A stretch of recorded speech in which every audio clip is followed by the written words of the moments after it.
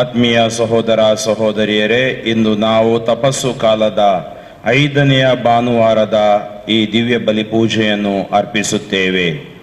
ಇಂದಿನ ಪ್ರವೇಶ ಶ್ಲೋಕ ಹೀಗೆ ನುಡಿಯುತ್ತದೆ: ನಿರ್ಣಯಿಸು ನನ್ನ ನ್ಯಾಯವನ್ನು ಓ ದೇವ, ವಾದಿಸು ಆ ಭಕ್ತಿಹೀನ ಜನತೆಯ ವಿರುದ್ಧ, ಬಿಡಿಸೆನ್ನನು ವಂಚಕರಿಂದ ಅಧರ್ಮಿಗಳಿಂದ, ನನಗೆ ಕೋಟೆ ನೀನಲ್ಲವೇ. ಈ ದಿನ ವಿಶೇಷವಾಗಿ ಧರ್ಮ ಕೇಂದ್ರಗಳಲ್ಲಿ ನಮಗೆ ಬಲಿಪೂಜೆಗೆ ಹೋಗಲಾಗುವುದಿಲ್ಲ. ಆದರೆ ನಾವು ಈ ದಿವ್ಯ ಬಲಿಪೂಜೆಯನ್ನು ಅರ್ಪಿಸುವಾಗ ಕೊರೋನಾ ವೈರಸ್ಸಿನಿಂದ, ಭಯದಿಂದ ಮತ್ತು ಈ ಒಂದು ಸೋಂಕು ತಗುಲಿ ಆರೋಗ್ಯಕ್ಕಾಗಿ ಮೊರೆ ಇಡುತ್ತಿರುವವರಿಗಾಗಿಯೂ ಹಾಗೂ ಈ ಸೋಂಕಿನಿಂದ ರಕ್ಷಣೆಗಾಗಿಯೂ ನಾವೆಲ್ಲರೂ ಪಿತ ದೇವರಲ್ಲಿ ಮೊರೆ ಇಡೋಣ. ಇಂದಿನ ಪ್ರವೇಶ ಶ್ಲೋಕ ಹೇಳಿದ ಪ್ರಕಾರ ದೇವರು ನಮಗೆ ಅಧರ್ಮದಿಂದ, ಅಧರ್ಮಿಗಳಿಂದ ರಕ್ಷಿಸುತ್ತಾರೆ. ದೇವರೇ ನಮ್ಮ ಕೋಟೆ. ದೇವರನ್ನು ಬಿಟ್ಟರೆ ನಮಗೆ ಬೇರೆ ಯಾವ ಮಾರ್ಗವೂ ಇಲ್ಲ. ಆ ದೇವರೊಡನೆ ನಮ್ಮನ್ನು ಒಂದಾಗಿಸಲು ಹಾಗೂ ಆ ರಕ್ಷಣೆಯನ್ನು ಅನುಭವಿಸಲು ದೇವರು ಕಳುಹಿಸಿಕೊಟ್ಟವರು ಪ್ರಭು ಯೇಸು ಕ್ರಿಸ್ತರು. ಪ್ರಭು ಯೇಸು ನಾಮದಲ್ಲಿ ನಾವು ಎಲ್ಲರೂ ಜೊತೆ ಸೇರಿ ಪ್ರಾರ್ಥಿಸೋಣ.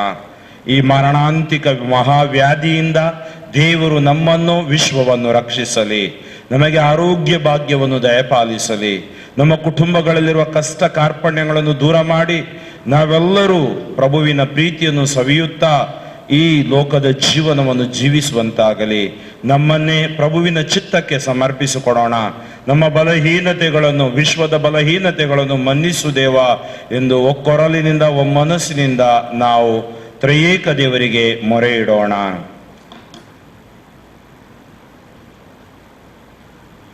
ಪಿತನ ಮತ್ತು ಸುತನ ಮತ್ತು ಪವಿತ್ರಾತ್ಮನ ನಾಮದಲ್ಲಿ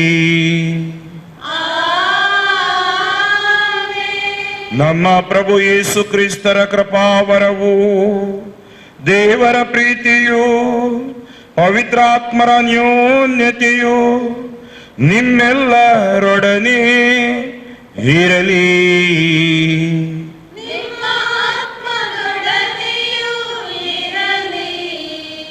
ನಮ್ಮ ಮನಗಳು ನೊಂದು ಹೋಗಿವೆ. ನಮ್ಮ ಈ ಜೀವನದಲ್ಲಿ ಕಷ್ಟ ಕಾರ್ಪಣ್ಯಗಳಿಂದ ಅನೇಕರು ಬೆಂದು ಹೋಗಿದ್ದಾರೆ. ನೊಂದು ಬೆಂದು ಹೋದ ಜನರಿಗೆ ಸಾಂತ್ವನದ ವಾಕ್ಯ ಮತ್ತಾಯ 11:28.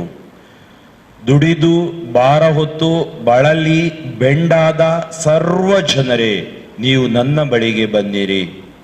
ಇದೋ ನಾವು ಮನೆಯಲ್ಲಿರಬಹುದು, ನಮ್ಮ ಕೊಠಡಿಯಲ್ಲಿ ಕುಳಿತುಕೊಂಡಿರಬಹುದು, ಬೇರೆ ದೇಶಗಳಲ್ಲಿ ನಾವಿರಬಹುದು, ಆದರೆ ನಾವು ಒಂದೇ ದೇವರ ಮಕ್ಕಳಾಗಿದ್ದೀವಿ. ನಮ್ಮ ಭಾರವನ್ನು ದೇವರಿಗೆ ಸಮರ್ಪಿಸೋಣ. ನಮ್ಮ ನೋವುಗಳನ್ನು ದೇವರಿಗೆ ಸಮರ್ಪಿಸೋಣ. ನಮ್ಮ ಭಾರದಿಂದ, ನೋವಿನಿಂದ ಬಿಡುಗಡೆಗೊಳಿಸಿ ನಮ್ಮನ್ನು ಈ ದಿವ್ಯ ಬಲಿಪೂಜೆ ಮೂಲಕ ಪ್ರಭು ಆಶೀರ್ವದಿಸಲಿದ್ದಾರೆ. ಆತ್ಮೀಯರೇ, ದೇವರ ಮುಂದೆ ನಿಲ್ಲಲು ನಾವೆಲ್ಲರೂ ಅನರ್ಹರು.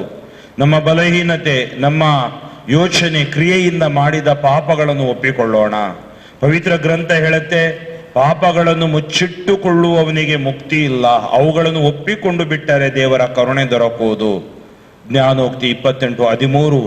ಈ ವಾಗ್ದಾನದಂತೆ ನಾವು ದೇವರ ಮುಂದೆ ನಮ್ಮನ್ನೇ ತಗ್ಗಿಸಿಕೊಳ್ಳೋಣ. ದೇವ, ನಾವು ಬಲಹೀನರು, ನಾವು ನಮ್ಮ ಜನರು ನಿಮ್ಮಿಂದ ದೂರ ಸರಿದಿದ್ದೇವೆ, ನಮ್ಮನ್ನು ಮನ್ನಿಸಿ ಅಭಿಷೇಕಿಸಿ ಆಶೀರ್ವದಿಸು. ಪಶ್ಚಾತ್ತಾಪ ಹೃದಯದಿಂದ ನಿಮ್ಮೆಡೆಗೆ ನಾವು ತಿರುಗಿ ನಿಮ್ಮನ್ನು ನೋಡುತ್ತಿದ್ದೇವೆ. ನಿಮ್ಮನ್ನು ಬಿಟ್ಟರೆ ನಮಗೆ ಬೇರೆ ಯಾರೂ ಇಲ್ಲ ಸ್ವಾಮಿ. ನಮ್ಮ ಮೇಲೆ ಹಾಗೂ ಈ ಮರಣಾಂತಿಕ ಕೊರೋನಾ ಸೋಂಕಿನಿಂದ ನರಳುತ್ತಿರುವ ವಿಶ್ವದ ಮೇಲೆ ಕರುಣೆಯಾಗಿರಿ ಸ್ವಾಮಿ. ಸಹೋದರ ಸಹೋದರಿಯರೇ, ಈ ಪವಿತ್ರ ರಹಸ್ಯಗಳನ್ನು ಆಚರಿಸಲು ನಾವು ಯೋಗ್ಯರಾಗುವಂತೆ ನಮ್ಮ ಪಾಪಗಳನ್ನು ಒಪ್ಪಿಕೊಳ್ಳೋಣ. ಸರ್ವಶಕ್ತ ದೇವರಿಗೂ ಸಹೋದರ ಸಹೋದರಿಯರೇ ನಿಮಗೂ ಯೋಚನೆಯಿಂದಲೋ ನುಡಿಯಿಂದಲೋ ನಡತೆಯಿಂದಲೋ ಕರ್ತವ್ಯ ಲೋಪದಿಂದಲೋ ನಾನು ಅನೇಕ ಪಾಪಗಳನ್ನು ಮಾಡಿದ್ದೇನೆಂದು ನಿವೇದಿಸುತ್ತೇನೆ. ನನ್ನ ಪಾಪವೇ, ನನ್ನ ಪಾಪವೇ, ನನ್ನ ಮಹಾಪಾಪವೇ. ಆದುದರಿಂದ ಸುಧಾ ಕನ್ನಿಕೆಯಾದ ಸಂತ ಮರಿಯಮ್ಮನವರನ್ನು, ಸಕಲ ದೇವದೂತರನ್ನು, ಸಂತರನ್ನು, ಸಹೋದರ ಸಹೋದರಿಯರೇ ನಿಮ್ಮನ್ನು, ನನಗಾಗಿ ನಮ್ಮ ಪ್ರಭು ದೇವರನ್ನು ಪ್ರಾರ್ಥಿಸಬೇಕೆಂದು ಬೇಡಿಕೊಳ್ಳುತ್ತೇನೆ. ಸರ್ವಶಕ್ತ ದೇವರು ನಮಗೆ ದಯೆ ತೋರಿಸಿ ನಮ್ಮ ಪಾಪಗಳನ್ನು ಕ್ಷಮಿಸಿ ನಮ್ಮನ್ನು ನಿತ್ಯ ಜೀವಕ್ಕೆ ಕರೆದೊಯ್ಯಲಿ.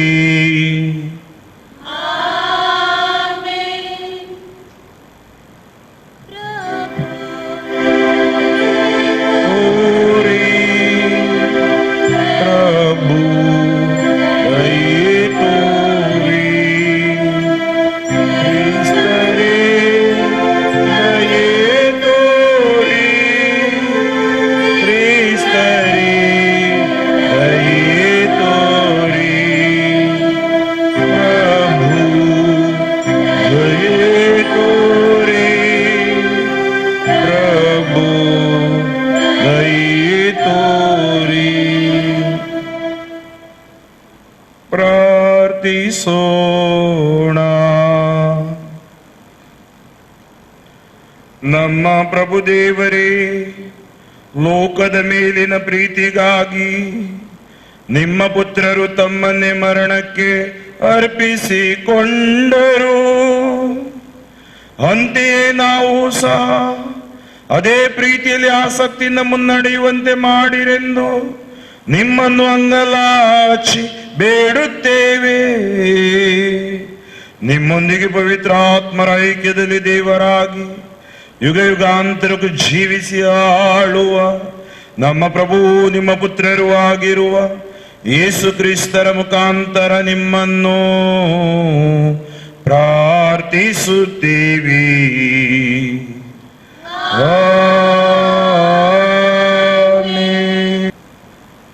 ಪ್ರವಾದಿ ಎಸೆಕಿಯೇಲನ ಗ್ರಂಥದಿಂದ ವಾಚನ. ಸರ್ವೇಶ್ವರ ನನಗೆ ಹೀಗೆಂದರು, ನೀನು ಈ ದೈವೋಕ್ತಿಯನ್ನು ಅವರಿಗೆ ನುಡಿ. ಸರ್ವೇಶ್ವರನಾದ ದೇವರು ಇಂತೆನ್ನುತ್ತಾರೆ, ನನ್ನ ಜನರೇ ನೋಡಿ, ನಾನು ನಿಮ್ಮ ಗೋರಿಗಳನ್ನು ತೆರೆದು ಅವುಗಳೊಳಗಿಂದ ನಿಮ್ಮನ್ನು ಎಬ್ಬಿಸಿ ಇಸ್ರಾಯೇಲ್ ನಾಡಿಗೆ ಸೇರ ಮಾಡುವೆನು. ನನ್ನ ಜನರೇ, ನಾನು ನಿಮ್ಮ ಗೋರಿಗಳನ್ನು ತೆರೆದು ಅವುಗಳೊಳಗಿಂದ ನಿಮ್ಮನ್ನು ಎಬ್ಬಿಸಿದಾಗ ನಾನೇ ಸರ್ವೇಶ್ವರ ಎಂದು ನಿಮಗೆ ದೃಢವಾಗುವುದು. ನಾನು ನನ್ನ ಶ್ವಾಸವನ್ನು ನಿಮ್ಮಲ್ಲಿ ಊದಿ ನಿಮ್ಮನ್ನು ಬದುಕಿಸಿ ನಿಮ್ಮ ದೇಶದಲ್ಲಿ ನೆಲೆಗೊಳಿಸುವೆನು. ಆಗ ಸರ್ವೇಶ್ವರನಾದ ನಾನೇ ನಿಮ್ಮನ್ನು ನುಡಿದು ನಡೆಸಿದ್ದೇನೆ ಎಂದು ತಿಳಿದುಕೊಳ್ಳುವಿರಿ. ಇದು ಸರ್ವೇಶ್ವರನ ಸಂಕಲ್ಪ. ಪ್ರಭುವಿನ ವಾಕ್ಯ. ದೇವರೇ, ನಿಮಗೆ ಕೃತಜ್ಞತೆ ಸಲ್ಲಲಿ.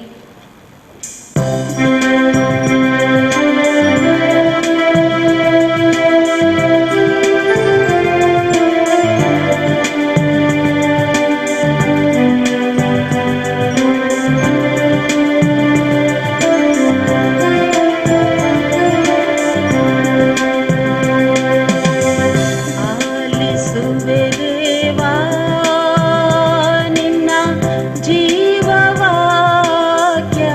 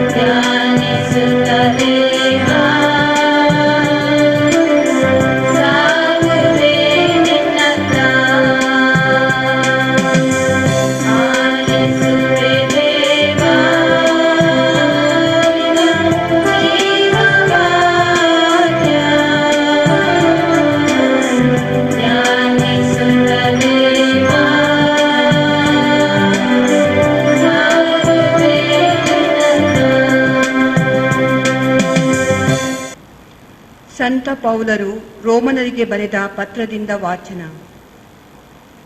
ಶರೀರ ಸ್ವಭಾವಕ್ಕೆ ಅನುಸಾರವಾಗಿ ನಡೆಯುವವರು ದೇವರನ್ನು ಮೆಚ್ಚಿಸಲು ಸಾಧ್ಯವೇ ಇಲ್ಲ.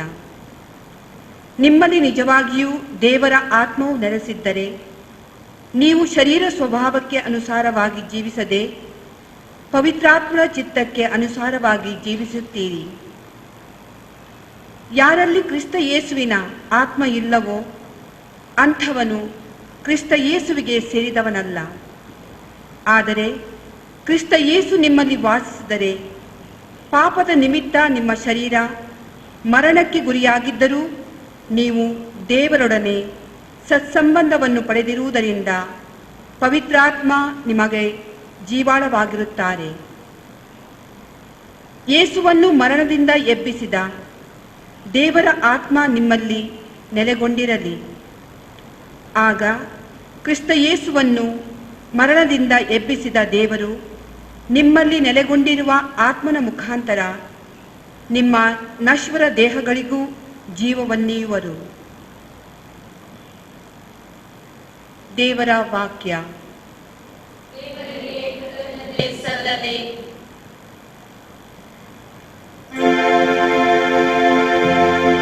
ನಿತ್ಯ ಸೌಭಾಗ್ಯದ ಅರಸನಾದ ಪ್ರಭು ಯೇಸುವೇ,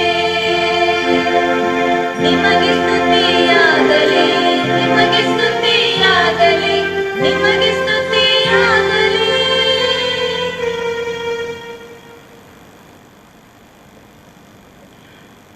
ಪುನರುತ್ಥಾನವೂ ಜೀವವೂ ನಾನೇ.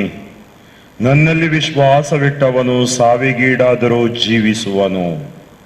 ನಿತ್ಯ ಸೌಭಾಗ್ಯದ ಅರಸನಾದ ಪ್ರಭು ಯೇಸುವೇ, ನಿಮಗೆ ಸ್ತುತಿಯಾಗಲಿ, ನಿಮಗೆ ಸ್ತುತಿಯಾಗಲಿ, ನಿಮಗೆ ಸ್ತುತಿಯಾಗಲಿ.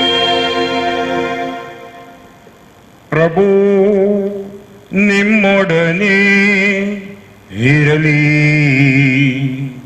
ನಿಮ್ಮ ಆತ್ಮದೊಡನೆಯೂ ಇರಲಿ. ಯೋಹಾನನು ಬರೆದ ಪವಿತ್ರ ಶುಭ ಸಂದೇಶದಿಂದ ವಾಚನ. ಪ್ರಭು ನಿಮಗೆ ಮಹಿಮೆ ಸಲ್ಲಲಿ. ಬೆತಾನಿಯ ಎಂಬ ಊರಿನಲ್ಲಿ ಲಾಸರ್ ಎಂಬುವನು ಅಸ್ವಸ್ಥನಾಗಿದ್ದನು. ಮರಿಯ ಮತ್ತು ಅವಳ ಸಹೋದರಿ ಮಾರ್ತಾ ಎಂಬವರ ಊರು ಅದೇ ಆಗಿತ್ತು. ಹಿಂದೊಮ್ಮೆ ಪ್ರಭುವಿನ ಪಾದಗಳಿಗೆ ಸುಗಂಧ ತೈಲವನ್ನು ಹಚ್ಚಿ ಅವರ ಪಾದಗಳನ್ನು ತನ್ನ ತಲೆಗೂದಲಿನಿಂದ ಒರೆಸಿದವಳೇ ಈ ಮರಿಯ. ಅಸ್ವಸ್ಥನಾಗಿದ್ದ ಲಾಸರನು ಇವಳ ಸಹೋದರ. ಈ ಸಹೋದರಿಯರು ಯೇಸು ಸ್ವಾಮಿಗೆ, ಪ್ರಭುವೇ, ನಿಮ್ಮ ಆಪ್ತ ಮಿತ್ರನು ಅಸ್ವಸ್ಥನಾಗಿದ್ದಾನೆ ಎಂದು ಹೇಳಿ ಕಳುಹಿಸಿದರು. ಇದನ್ನು ಕೇಳಿದ ಯೇಸು, ಈ ಕಾಯಿಲೆ ಮರಣಕ್ಕಾಗಿ ಬಂದುದಲ್ಲ, ದೇವರ ಮಹಿಮೆಗೋಸ್ಕರ ಬಂದಿದೆ.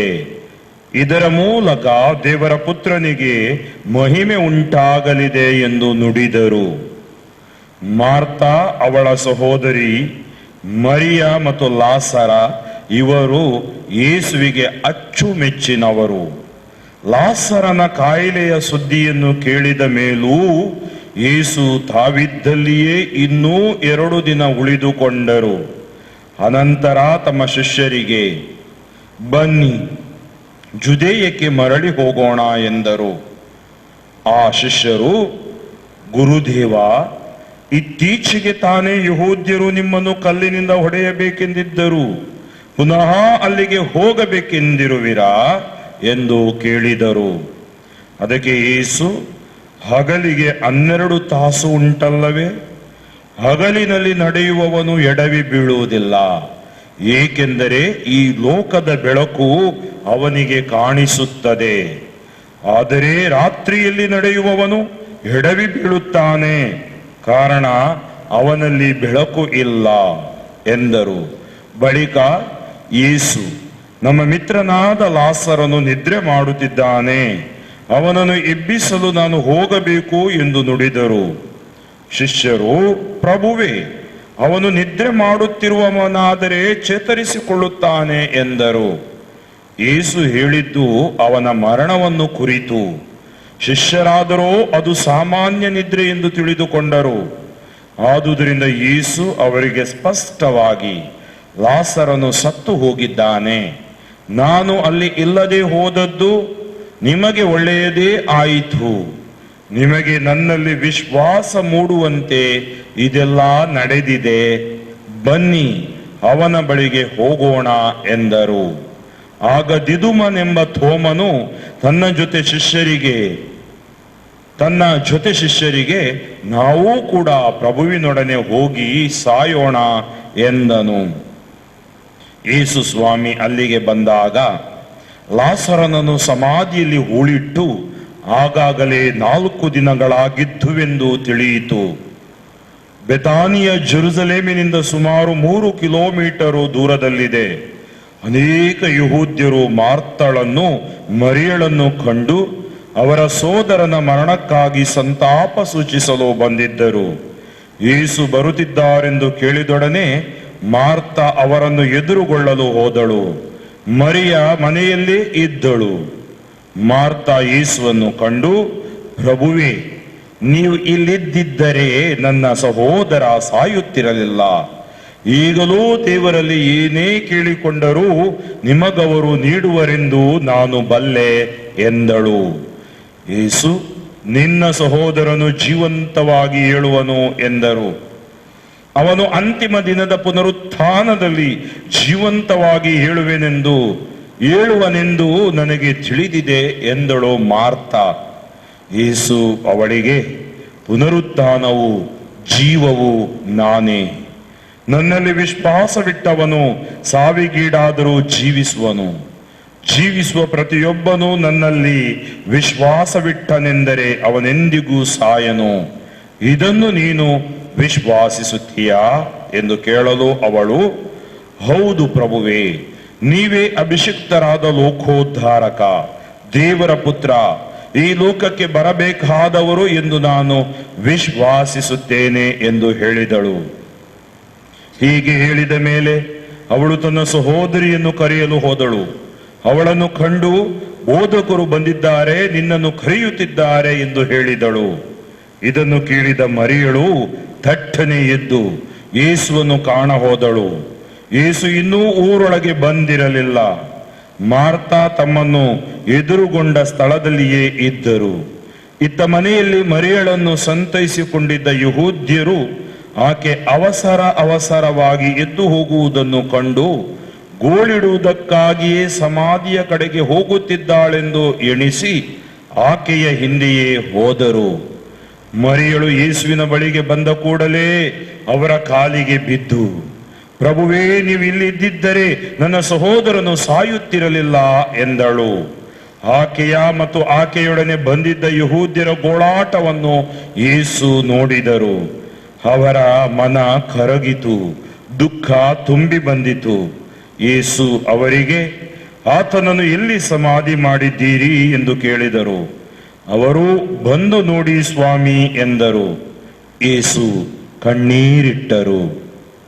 ಇದನ್ನು ಕಂಡ ಯಹೂದ್ಯರು, ಅವನ ಮೇಲೆ ಈತನಿಗೆಷ್ಟು ಪ್ರೀತಿ ಇತ್ತು ನೋಡಿದಿರಾ ಎಂದುಕೊಂಡರು.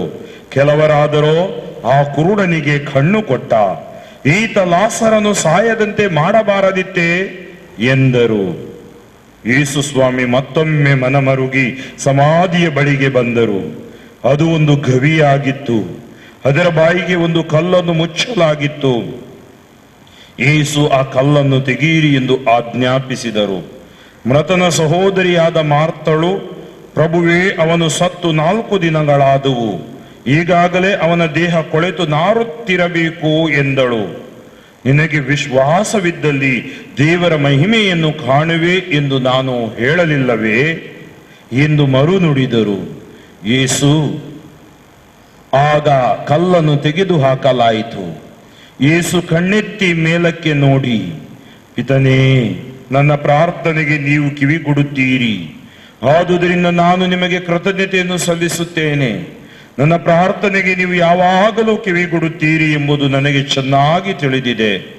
ಆದರೆ ನನ್ನನ್ನು ಕಳುಹಿಸಿದಾತ ನೀವೇ ಎಂದು ಸುತ್ತಲೂ ನೆರೆದಿರುವವರು ನಂಬುವಂತೆ ನಾನು ಹೀಗೆ ಹೇಳಿದೆನು ಎಂದು ನುಡಿದರು.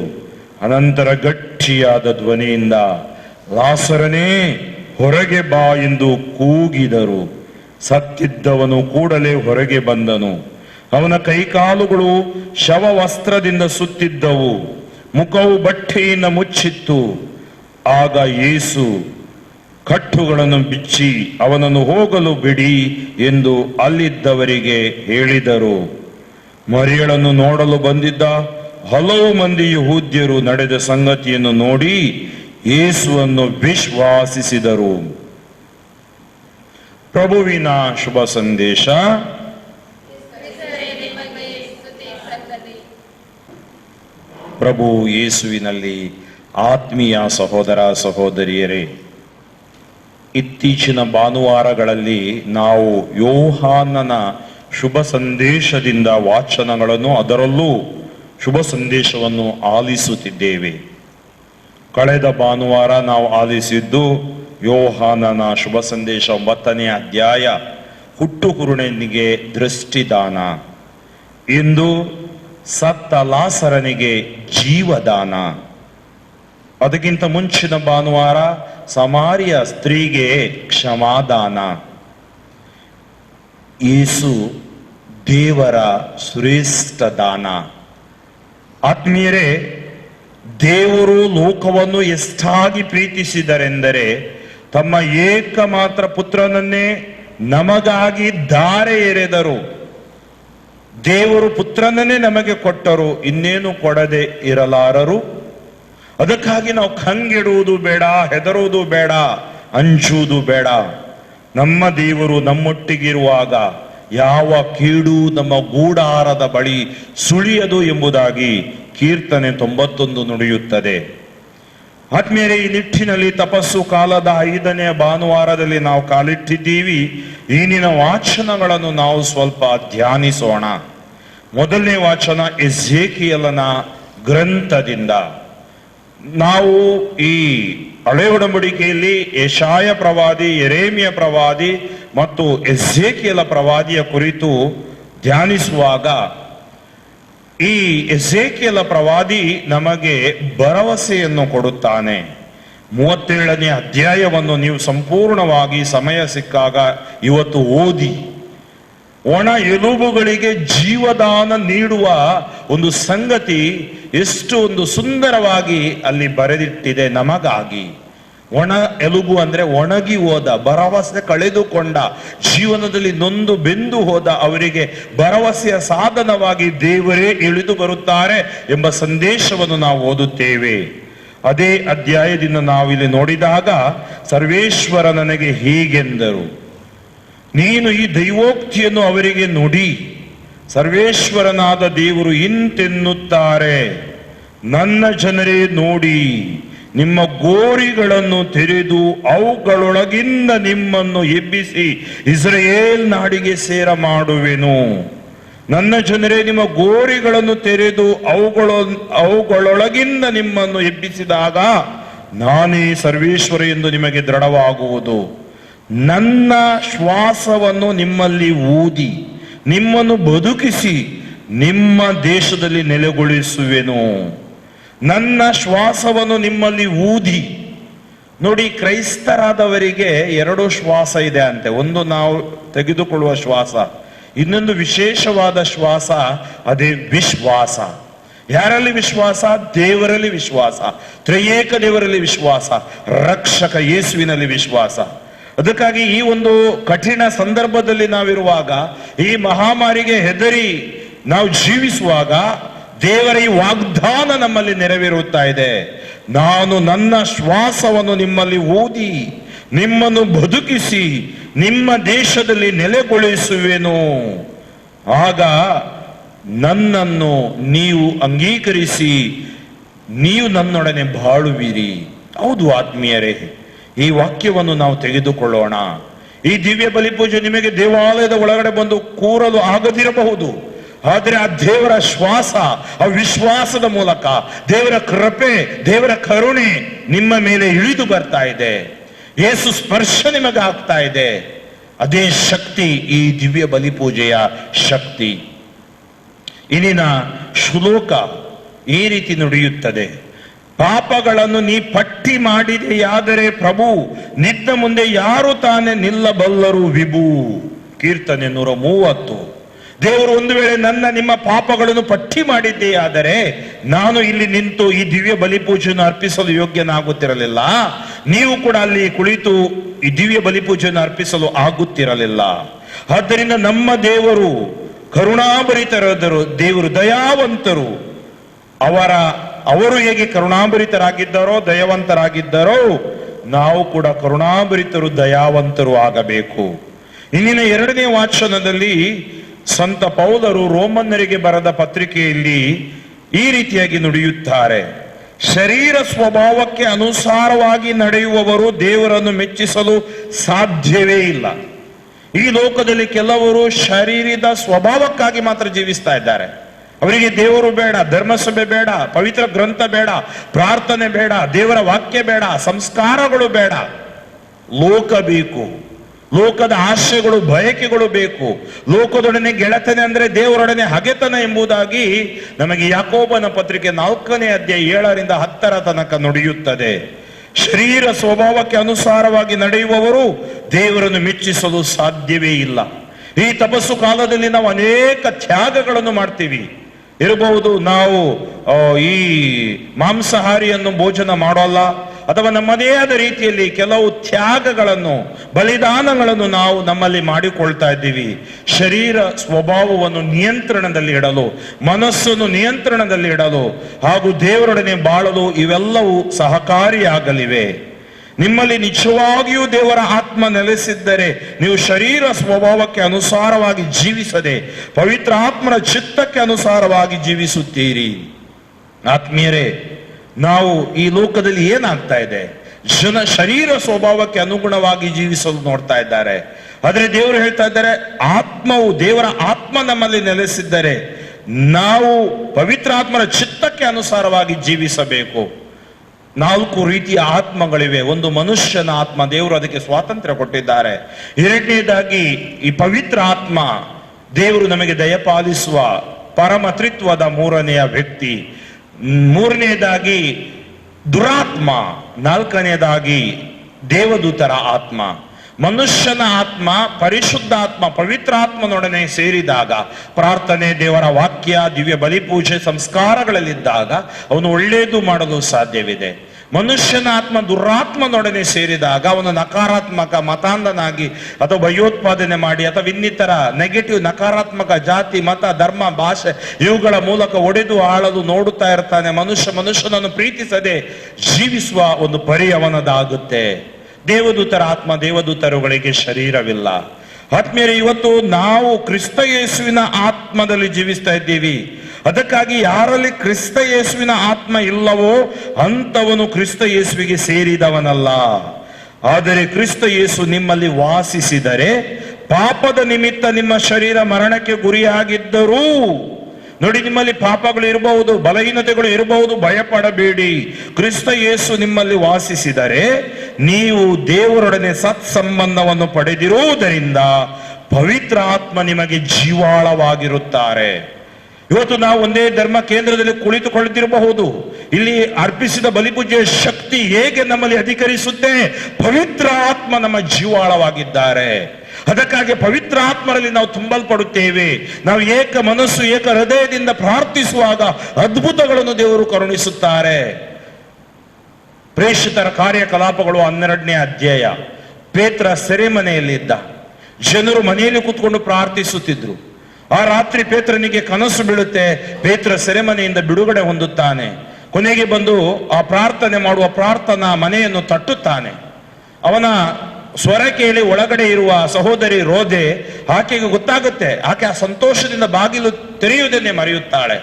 ಆಮೇಲೆ ಎಲ್ಲರೂ ಬಂದು ಬಾಗಿಲು ತೆರೆಯುವಾಗ ಪೇತ್ರ ಅಲ್ಲಿದ್ದಾನೆ. ಸೆರೆಮನೆ ಒಳಗಡೆ ಇದ್ದ, ಬಂಧಿತನಾಗಿದ್ದ, ಸಂಕೋಲೆಗಳು ಇದ್ದುವು. ಪವಿತ್ರಾತ್ಮ ಜೀವಾಳವಾಗಿರುವುದರಿಂದ ಅಲ್ಲಿಂದ ಆತ ಹೊರಗಡೆ ಬಂದ.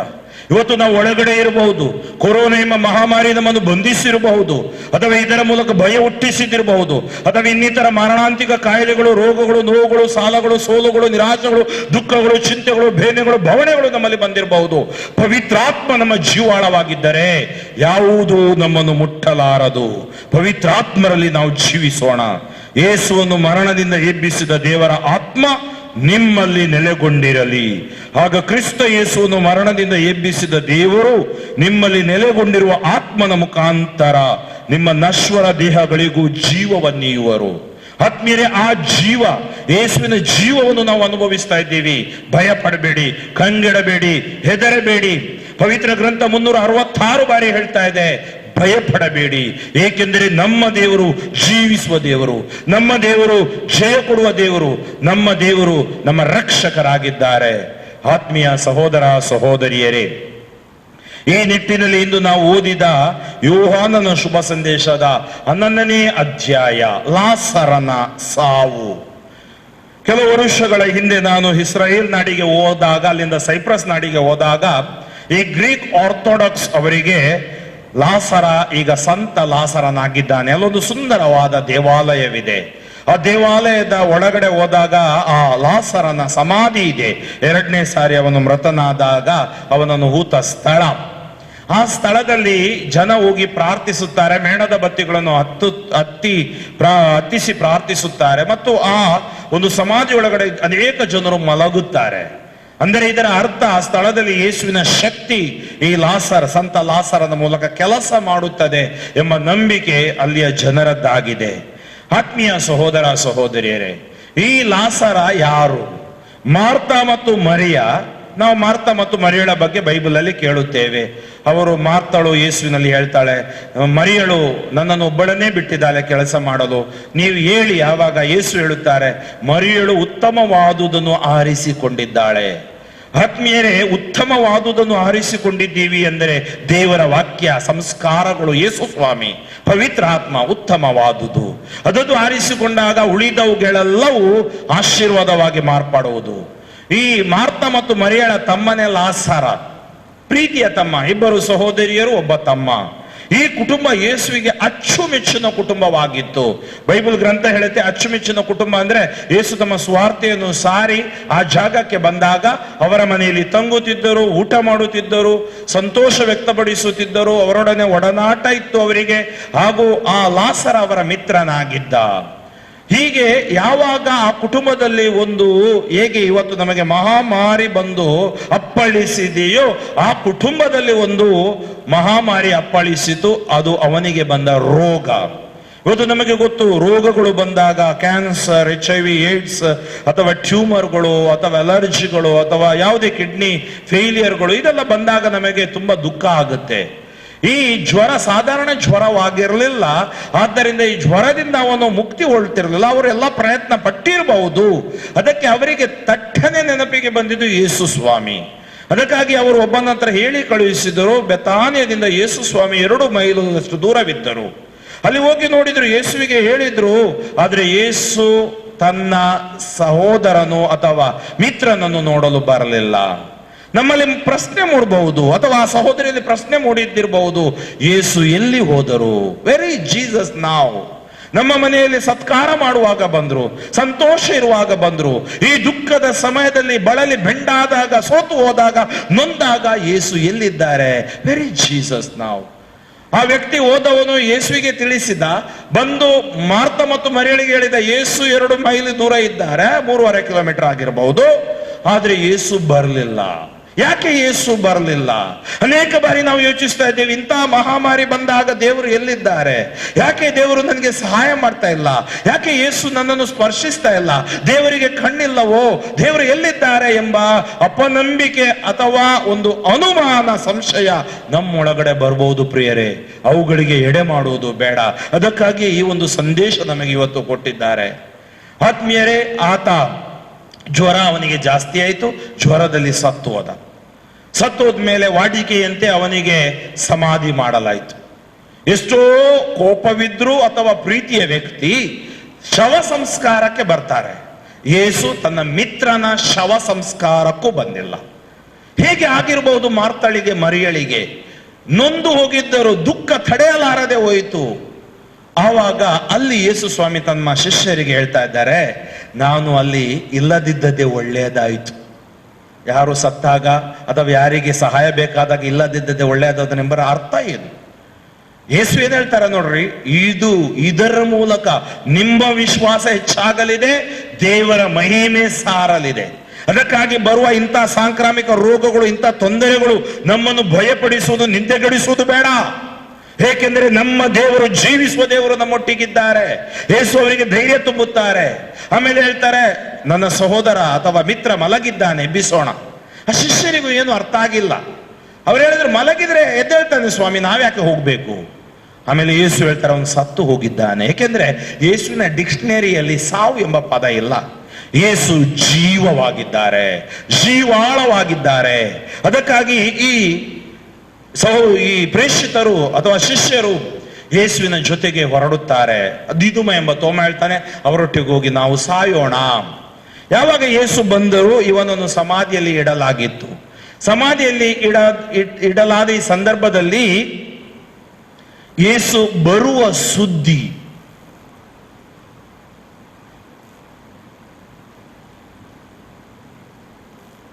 ಯೇಸು ಬರುವ ಸುದ್ದಿ ಥಟ್ಟನೆ ಅಲ್ಲಿ ಊರಿನಲ್ಲೆಲ್ಲ ಗೊತ್ತಾಯ್ತು. ಈ ಸುದ್ದಿ ಮೊದಲು ಮಾರ್ತಳ ಕಿವಿಗೆ ಬಿತ್ತು, ಮರಿಯಳ ಕಿವಿಗೂ ಬಿದ್ದಿರಬಹುದು. ಆದ್ರೆ ಮರಿಯಳು ಮನೆಯಲ್ಲೇ ಇದ್ದಳು. ಮಾರ್ತಳು ವೇಗವಾಗಿ ಯೇಸುವನ್ನು ಭೇಟಿ ಮಾಡಲು ಹೋದಳು. ಕಾರಣ, ಆಕೆಯಲ್ಲಿ ಒಂದು ಆಸೆ ಚಿಗುರುಡಿಯಿತು.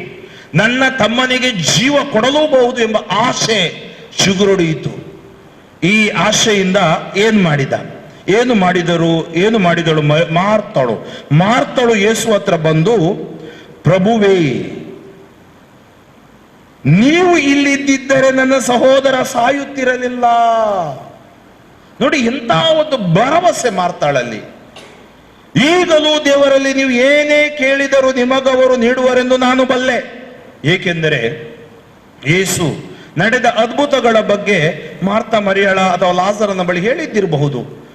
ದೇವರು ಎಷ್ಟು ಒಳ್ಳೆಯವರು ಎಂಬುದಾಗಿ ಅವರೊಟ್ಟಿಗೆ ಹಂಚಿಕೊಂಡಿದ್ದಿರಬಹುದು.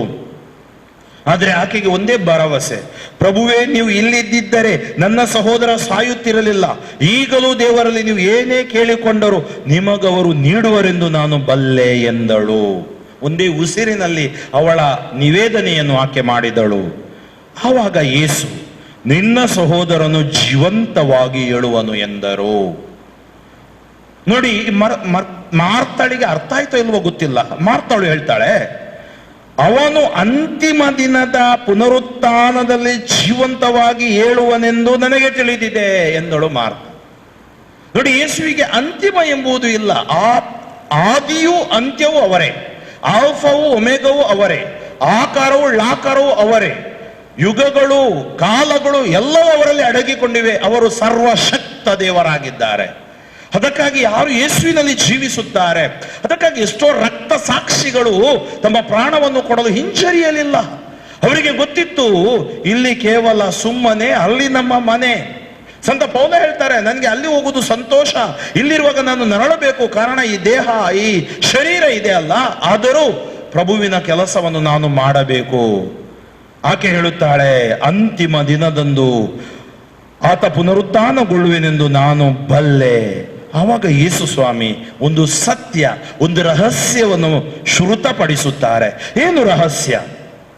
ಯೇಸು ಅವಳಿಗೆ, ಪುನರುತ್ಥಾನವು ಜೀವವು ನಾನೇ. ನೆನಪಿನಲ್ಲಿ ಇಟ್ಟುಕೊಳ್ಳಿ ಸಹೋದರ ಸಹೋದರಿಯರೇ, ಪುನರುತ್ಥಾನವು ಜೀವವು ನಾನೇ. Jesus is our resurrection. ಆತ ನಮ್ಮ ಪುನರುತ್ಥಾನ, ಜೀವವಾಗಿದ್ದಾರೆ. ಆದ್ದರಿಂದ ನನ್ನಲ್ಲಿ ವಿಶ್ವಾಸವಿಟ್ಟವನು, ಅದೇ ವಿಶ್ವಾಸದಿಂದ ಇವತ್ತು ಬಲಿಪೂಜೆಯನ್ನು ನಾವು ಆಲಿಸ್ತಾ ಇದ್ದೀವಿ, ಅರ್ಪಿಸ್ತಾ ಇದ್ದೀವಿ. ನನ್ನಲ್ಲಿ ವಿಶ್ವಾಸವಿಟ್ಟವನು ಸಾವಿಗೀಡಾದರೂ ಜೀವಿಸುವನು. ಕೊರೋನಾ ಬಂದರು ಅಥವಾ ನೆರೆ ಬಂದರು ಅಥವಾ ಯಾವುದೇ ತರದ ಈ ಭೂಕಂಪಗಳು ಬಂದರು, ನಾವು ಬದುಕುಳಿಯುವೆವು. ಕಾರಣ, ನನ್ನಲ್ಲಿ ವಿಶ್ವಾಸವಿಟ್ಟವನು ಸಾವಿಗೀಡಾದರೂ ಜೀವಿಸುವನು. ನಾವು ಕೇವಲ ಈ ಲೋಕಕ್ಕೆ ಸೇರಿದವರಲ್ಲ, ಯೇಸುವಿನ ಸ್ವರ್ಗ ಸಾಮ್ರಾಜ್ಯಕ್ಕೆ ಸೇರಿದವರು. ಆತ್ಮೀಯರೇ, ಜೀವಿಸುವ ಪ್ರತಿಯೊಬ್ಬನು ನನ್ನಲ್ಲಿ ವಿಶ್ವಾಸವಿಟ್ಟನೆಂದರೆ ಅವನೆಂದಿಗೂ ಸಾಯನು. ಇವತ್ತು ನಾವು ಯಾಕೆ ಇರಬಹುದು ದೇವಾಲಯದಲ್ಲಿ ಬಂದಿಲ್ಲ, ಆದ್ರೆ ನಾವು ಪ್ರಾರ್ಥಿಸ್ತಾ ಇದ್ದಿದ್ರೆ, ಜೀವಿಸುವ ಪ್ರತಿಯೊಬ್ಬನು ನನ್ನಲ್ಲಿ ವಿಶ್ವಾಸವಿಟ್ಟನೆಂದರೆ, ವಿಶ್ವಾಸದಿಂದ ನೀವು ದೇವರ ವಾಕ್ಯವನ್ನು ಆಲಿಸ್ತಾ ಇದ್ದೀರಾ, ಅವನೆಂದಿಗೂ ಸಾಯನು. ಇದನ್ನು ನೀನು ವಿಶ್ವಾಸಿಸುತ್ತೀಯಾ? ಎಷ್ಟೊಂದು ಬಲವಾದ ಆತ್ಮವಿಶ್ವಾಸದ ದೃಢವಾದ ಮಾತು ನೋಡಿ ಭಕ್ತರೇ. ನಾವು ಇದನ್ನು ಇವತ್ತು ವಿಶ್ವಾಸದಲ್ಲಿ ಸ್ವೀಕರಿಸಬೇಕು. ನಮ್ಮೆಲ್ಲ ದುಃಖ, ನೋವು, ದುಗುಡಗಳನ್ನು ದೂರ ಮಾಡಬೇಕು. ಯಾವ ಮಹಾಮಾರಿಗಳು ನಮ್ಮನ್ನು ತಟ್ಟಲಾರೋ, ಮುಟ್ಟಲಾರೋ, ನಾವು ಆತನ ನಾಮದಲ್ಲಿ ನಂಬಿಕೆ ಇಟ್ಟು ಜೀವಿಸಬೇಕು ಎಂದು ಆತ ಹೇಳಿದಾಗ ಮಾರ್ತಾಳಿಗೆ ಏನು ಅರ್ಥ ಆಗಲಿಲ್ಲ. ಮಾರ್ತಾಳು ಹೇಳಿದ್ಲು, ಹೌದು ಪ್ರಭುವೇ, ನೀವೇ ಅಭಿಷಿಕ್ತರಾದ ಲೋಕೋದ್ಧಾರಕ, ನೀವೇ ದೇವರ ಪುತ್ರ, ಈ ಲೋಕಕ್ಕೆ ಬರಬೇಕಾದವರು ಎಂದು ನಾನು ವಿಶ್ವಾಸಿಸುತ್ತೇನೆ. ಅಷ್ಟು ಹೇಳಿ ಆಕೆ ಓಡಿ ಹೋಗಿ ಮರಿಯಳಿಗೆ ಹೇಳ್ತಾ ಇದ್ದಾಳೆ, ಪ್ರಭು ಬಂದಿದ್ದಾರೆ, ನಿನ್ನನ್ನು ಕರೆಯುತ್ತಾರೆ. ಪ್ರಭು ಕರೆಯಲೇ ಇಲ್ಲ, ಆದ್ರೆ ಇದೊಂದು ಕೂಡಿಸಿ ಹೇಳ್ತಾಳೆ ಮಾರ್ತಾಳು. ಯಾಕೆಂದ್ರೆ ನೋಡಿ, ಮಾರ್ತಾಳ ಒಂದು ಆತ್ಮಿಕ ಜೀವನ. ಪಾಪ ಅವಳಿಗೊಂದು ಆಸೆ, ತಮ್ಮ ಬದುಕಬೇಕು ಹೇಗಾದ್ರೂ ಮಾಡಿ. ಅದಕ್ಕಾಗಿ ಮರಿಯಳು ಅಟ್ಲೀಸ್ಟ್ ಕೇಳಿಕೊಳ್ಳಿ, ಮರಿಯಳ ಮಾತಾದ್ರೂ ಕೇಳ್ತಾರೆ ಎಂಬುದಾಗಿ ಆಕೆ ಯೋಚಿಸಿದ್ಲು. ಮರಿಯಳು ಓಡಿ ಬಂದಾಗ ಯಹೂದ್ಯರವರಲ್ಲಿರುವ ಮನೆಯಲ್ಲಿ ಬಂದವರೆಲ್ಲ ಬಂದ್ರು, ಯಾಕೆಂದ್ರೆ ಅವಳು ಸಮಾಧಿ ಹತ್ರ ಹೋಗುತ್ತಾಳು ಅಂತೇಳಿ. ಆದ್ರೆ ಮರಿಯಳು ಯೇಸುವಿನ ಹತ್ತಿರ ಬಂದು ಯೇಸುವಿನ ಕಾಲಿಗೆ ಬಿದ್ದು, ನೋಡಿ ಎರಡು ವಿಷಯ ನೀವು ಇಲ್ಲಿ ನೋಡ್ಬೇಕು. ಮಾರ್ತಾಳು ಬಂದು ಒಂದೇ ಸವನೆ ಕೇಳ್ತಾಳೆ, ಈಕೆ ಕಾಲಿಗೆ ಬಿದ್ದು ಅಂದ್ರೆ ಆರಾಧನೆ, ತನ್ನನ್ನೇ ಸಮರ್ಪಿಸುತ್ತಾಳೆ. ನನ್ನ ಕೈಯಿಂದ ಅಸಾಧ್ಯ, ಇವತ್ತು ನಮ್ಮಿಂದ ಅಸಾಧ್ಯ ಪ್ರಿಯರೇ. ಇಂಥ ಮಹಾಮಾರಿಗಳನ್ನು ನಿಲ್ಲಿಸುವುದು ದೇವರಿಂದ ಸಾಧ್ಯ. ಅದಕ್ಕಾಗಿ ಕಾಲಿಗೆ ಬಿದ್ದು ಪ್ರಭುವೇ, ಆಕೆ ಅದನ್ನು ವಿಶ್ವಾಸವನ್ನು ನಿವೇದಿಸುತ್ತಾಳೆ. ಪ್ರಭುವೇ, ಮೈ ಲಾರ್ಡ್, ಇಲ್ಲಿದ್ದಿದ್ದರೆ ನನ್ನ ಸಹೋದರನು ಸಾಯುತ್ತಿರಲಿಲ್ಲ. ನೀವಿಲ್ಲಿದ್ದಿದ್ದರೆ, ನೀವು ನಮ್ಮ ಕುಟುಂಬದೊಳಗಿದ್ದಿದ್ದರೆ, ನೀವು ಪ್ರಾರ್ಥನೆಯ ಮೂಲಕ, ಸಂಸ್ಕಾರಗಳ ಮೂಲಕ, ದೇವರ ವಾಕ್ಯದ ಮೂಲಕ, ನನ್ನ ವೈಯಕ್ತಿಕ ಪ್ರಾರ್ಥನೆಯ ಮೂಲಕ ನನ್ನೊಳಗಡೆ ಇದ್ದಿದ್ದರೆ ನನಗೆ ಇಂಥ ನೋವುಗಳು ಬರುತ್ತಿರಲಿಲ್ಲ, ಕೇಡುಗಳು ಬರುತ್ತಿರಲಿಲ್ಲ. ಪ್ರಭುವೇ, ನೀವು ಇಲ್ಲಿದ್ದಿದ್ದರೆ ನನ್ನ ಸಹೋದರನು ಸಾಯುತ್ತಿರಲಿಲ್ಲ ಎಂದಳು. ಆಕೆಯ ಮತ್ತು ಆಕೆಯೊಡನೆ ಬಂದಿದ್ದ ಯಹೂದ್ಯರ ಗೋಳಾಟವನ್ನು ಯೇಸು ನೋಡಿದರು. ಅವರ ಮನ ಕರಗಿತು. It's very very sensitive. ದೇವರು, ಯಾಕೆಂದ್ರೆ ಯೇಸುವಿಗೆ ನಮ್ಮ ನೀರಡಿಕೆ, ಹಸಿವು, ನಮ್ಮ ರೋಗ, ನೋವು ಎಲ್ಲ ಗೊತ್ತಿದೆ ಅವರಿಗೆ. ಏಕೆಂದ್ರೆ ಅವರು ಮನುಜಾಕಾರದಲ್ಲಿ ಲೋಕದಲ್ಲಿ ಬಂದರು, 33 ವರ್ಷ ನಮಗಾಗಿ ಜೀವಿಸಿದರು. ಅವರ ಮನ ಕರಗಿತು. ಈಸ್ ಎ ಕಂಪ್ಯಾಷನೇಟ್ ಗಾಡ್, ದಯಾವಂತ ದೇವರು ಅವರಾಗಿದ್ದಾರೆ. ಹೃದಯ ದುಃಖ ತುಂಬಿ ಬಂದಿತು. ಯೇಸು ಅವರಿಗೆ, ಆತನನ್ನು ಎಲ್ಲಿ ಸಮಾಧಿ ಮಾಡಿದ್ದೀರಿ ಎಂದು ಕೇಳಿದರು. ಅವರು ಬಂದು ನೋಡಿ ಸ್ವಾಮಿ ಎಂದರು. ಯೇಸು ಕಣ್ಣೀರಿಟ್ಟರು. ಯೇಸು ಯಾಕೆ ಕಣ್ಣೀರಿಟ್ಟರು? ಪಾಪದ ಸಂಬಳ ಈ ಮರಣ, ಸೈತಾನನ ಕುಯುಕ್ತಿ ಮರಣ, ಆದಾಮ್ ಅವ್ವಳ ಒಂದು ಅವಿಧೇಯತ್ವದಿಂದ ಬಂದ ಮರಣ. ಈ ಮರಣ ಕುಟುಂಬಗಳಲ್ಲಿ ನೋವು ತರುತ್ತೆ ಅಲ್ಲ. ಇವತ್ತು ಕೊರೋನಾದಲ್ಲಿ ಆಗುವ ಮರಣ, ನೆರೆ ಹಾವಳಿಯಲ್ಲಿ ಆಗುವ ಮರಣ, ಅಥವಾ ಅಪಘಾತಗಳಲ್ಲಿ ಆಗುವ ಮರಣ, ಆಕ್ಸಿಡೆಂಟ್ಗಳು ಅಂತೀವಿ ನಾವು. ಎಷ್ಟೋ ಕುಟುಂಬಗಳು ಇವತ್ತು ನೋವಿನಲ್ಲಿರಬಹುದು. ಎಷ್ಟೋ ಮಂದಿ ಅಪಘಾತವಾಗಿ ಆಸ್ಪತ್ರೆಯಲ್ಲಿ ಜೀವನ್ಮರಣದ ಮಧ್ಯೆ ಹೊರಡುತ್ತಿರಬಹುದು. ಎಷ್ಟೋ ಮಂದಿ ಐಸಿಯಲ್ಲಿ ಇರಬಹುದು. ಅವರಿಗಾಗಿ ನಾವು ಪ್ರಾರ್ಥಿಸೋಣ. ಯೇಸು ಸ್ವಾಮಿ ಧೈರ್ಯ ತುಂಬುತ್ತಾರೆ. ಯೇಸು ಕಣ್ಣೀರಿಟ್ಟರು. ಏಕೆಂದರೆ ಈ ಮರಣವನ್ನು ಆತ ಸೋಲಿಸುತ್ತಾನೆ. ಆತನಿಗೆ ಗೊತ್ತಿತ್ತು, ಮನುಕುಲಕ್ಕೆ ದೇವರು ಕೊಟ್ಟ ಆ ಪರಿಶುದ್ಧತೆಯನ್ನು ಕಳೆದುಕೊಂಡಿದ್ದಾನೆ ಮನುಷ್ಯ. ಅದನ್ನು ಮರು ಕೊಡಬೇಕಾಗಿ ಅವರಿಗೆ ದೇವರು ಕೊಟ್ಟ ಒಂದು ಪ್ರೇಷಿತ ಕಾರ್ಯವಾಗಿತ್ತು. ಇದನ್ನು ಕಂಡ ಯಹೂದ್ಯರು, ಆತನ ಮೇಲೆ ಎಷ್ಟು ಪ್ರೀತಿ ಇತ್ತು ಅಲ್ವೇ. ಕುರುಡನಿಗೆ ಕಣ್ಣು ಕೊಟ್ಟ, ಏಕೆ ಇವರಿಗೆ ಜೀವ ಕೊಡಲು ಸಾಧ್ಯವಿಲ್ಲವೇ? ಯೇಸು ಮತ್ತೊಮ್ಮೆ ಮನಮರುಗಿ ಸಮಾಧಿಯ ಬಳಿಗೆ ಬಂದರು. ಅದು ಒಂದು ಗವಿಯಾಗಿತ್ತು. ಅದರ ಬಾಯಿಗೆ ಕಲ್ಲು ಮುಚ್ಚಲಾಗಿತ್ತು. ಯೇಸು ಆ ಕಲ್ಲನ್ನು ತೆಗೆಯಿರಿ ಎಂದು ಆಜ್ಞಾಪಿಸಿದರು. ಆತ್ಮೀಯ ಸಹೋದರ ಸಹೋದರಿಯರೇ, ಯೇಸುಗೆ ಒಂದೇ ಮಾತಿನಿಂದ ಆ ವ್ಯಕ್ತಿಯನ್ನು ಹೊರಗೆ ತರಬಹುದಿತ್ತು. ಆದರೆ ನಮ್ಮ ಸಹಕಾರವು, ಜನರ ವಿಶ್ವಾಸವೂ ಅಗತ್ಯವಾದುದು. ಅದಕ್ಕಾಗಿ ನಾವು ಪ್ರಾರ್ಥಿಸುತ್ತೇವೆ. ಆ ಕಲ್ಲು ತೆಗೀರಿ. ಏನು ಅಡ್ಡಗೋಡೆ, ಅಥವಾ ವ್ಯಾಮೋಹಗಳು, ಅದರಿಂದ ಚಟಗಳು, ದುಶ್ಚಟ, ದುರ್ಗುಣ, ದುರ್ವ್ಯಾಮೋಹ, ಇವುಗಳೆಲ್ಲರಿಂದ ತೆಗೀರಿ. ನೀವು ಕಲ್ಲು ತೆಗೀರಿ, ನಾನು ಅಲ್ಲಿ ಪ್ರವೇಶಿಸುವೆನು. ನಾನು ಬಾಗಿಲನ್ನು ತಟ್ಟುತ್ತಾ ಇದ್ದೀನಿ, ತೆರೆದರೆ ಒಳಗಡೆ ಬರುತ್ತೇನೆ. ತಕ್ಷಣ ಮಾರ್ತಳು ಹೇಳಿದಳು, ಪ್ರಭುವೇ, ಅವನು ಸತ್ತು 4 ದಿನಗಳಾದವು, ಈಗಾಗಲೇ ಅವನ ದೇಹ ಕೊಳೆತು ನಾರುತ್ತಿರಬೇಕು.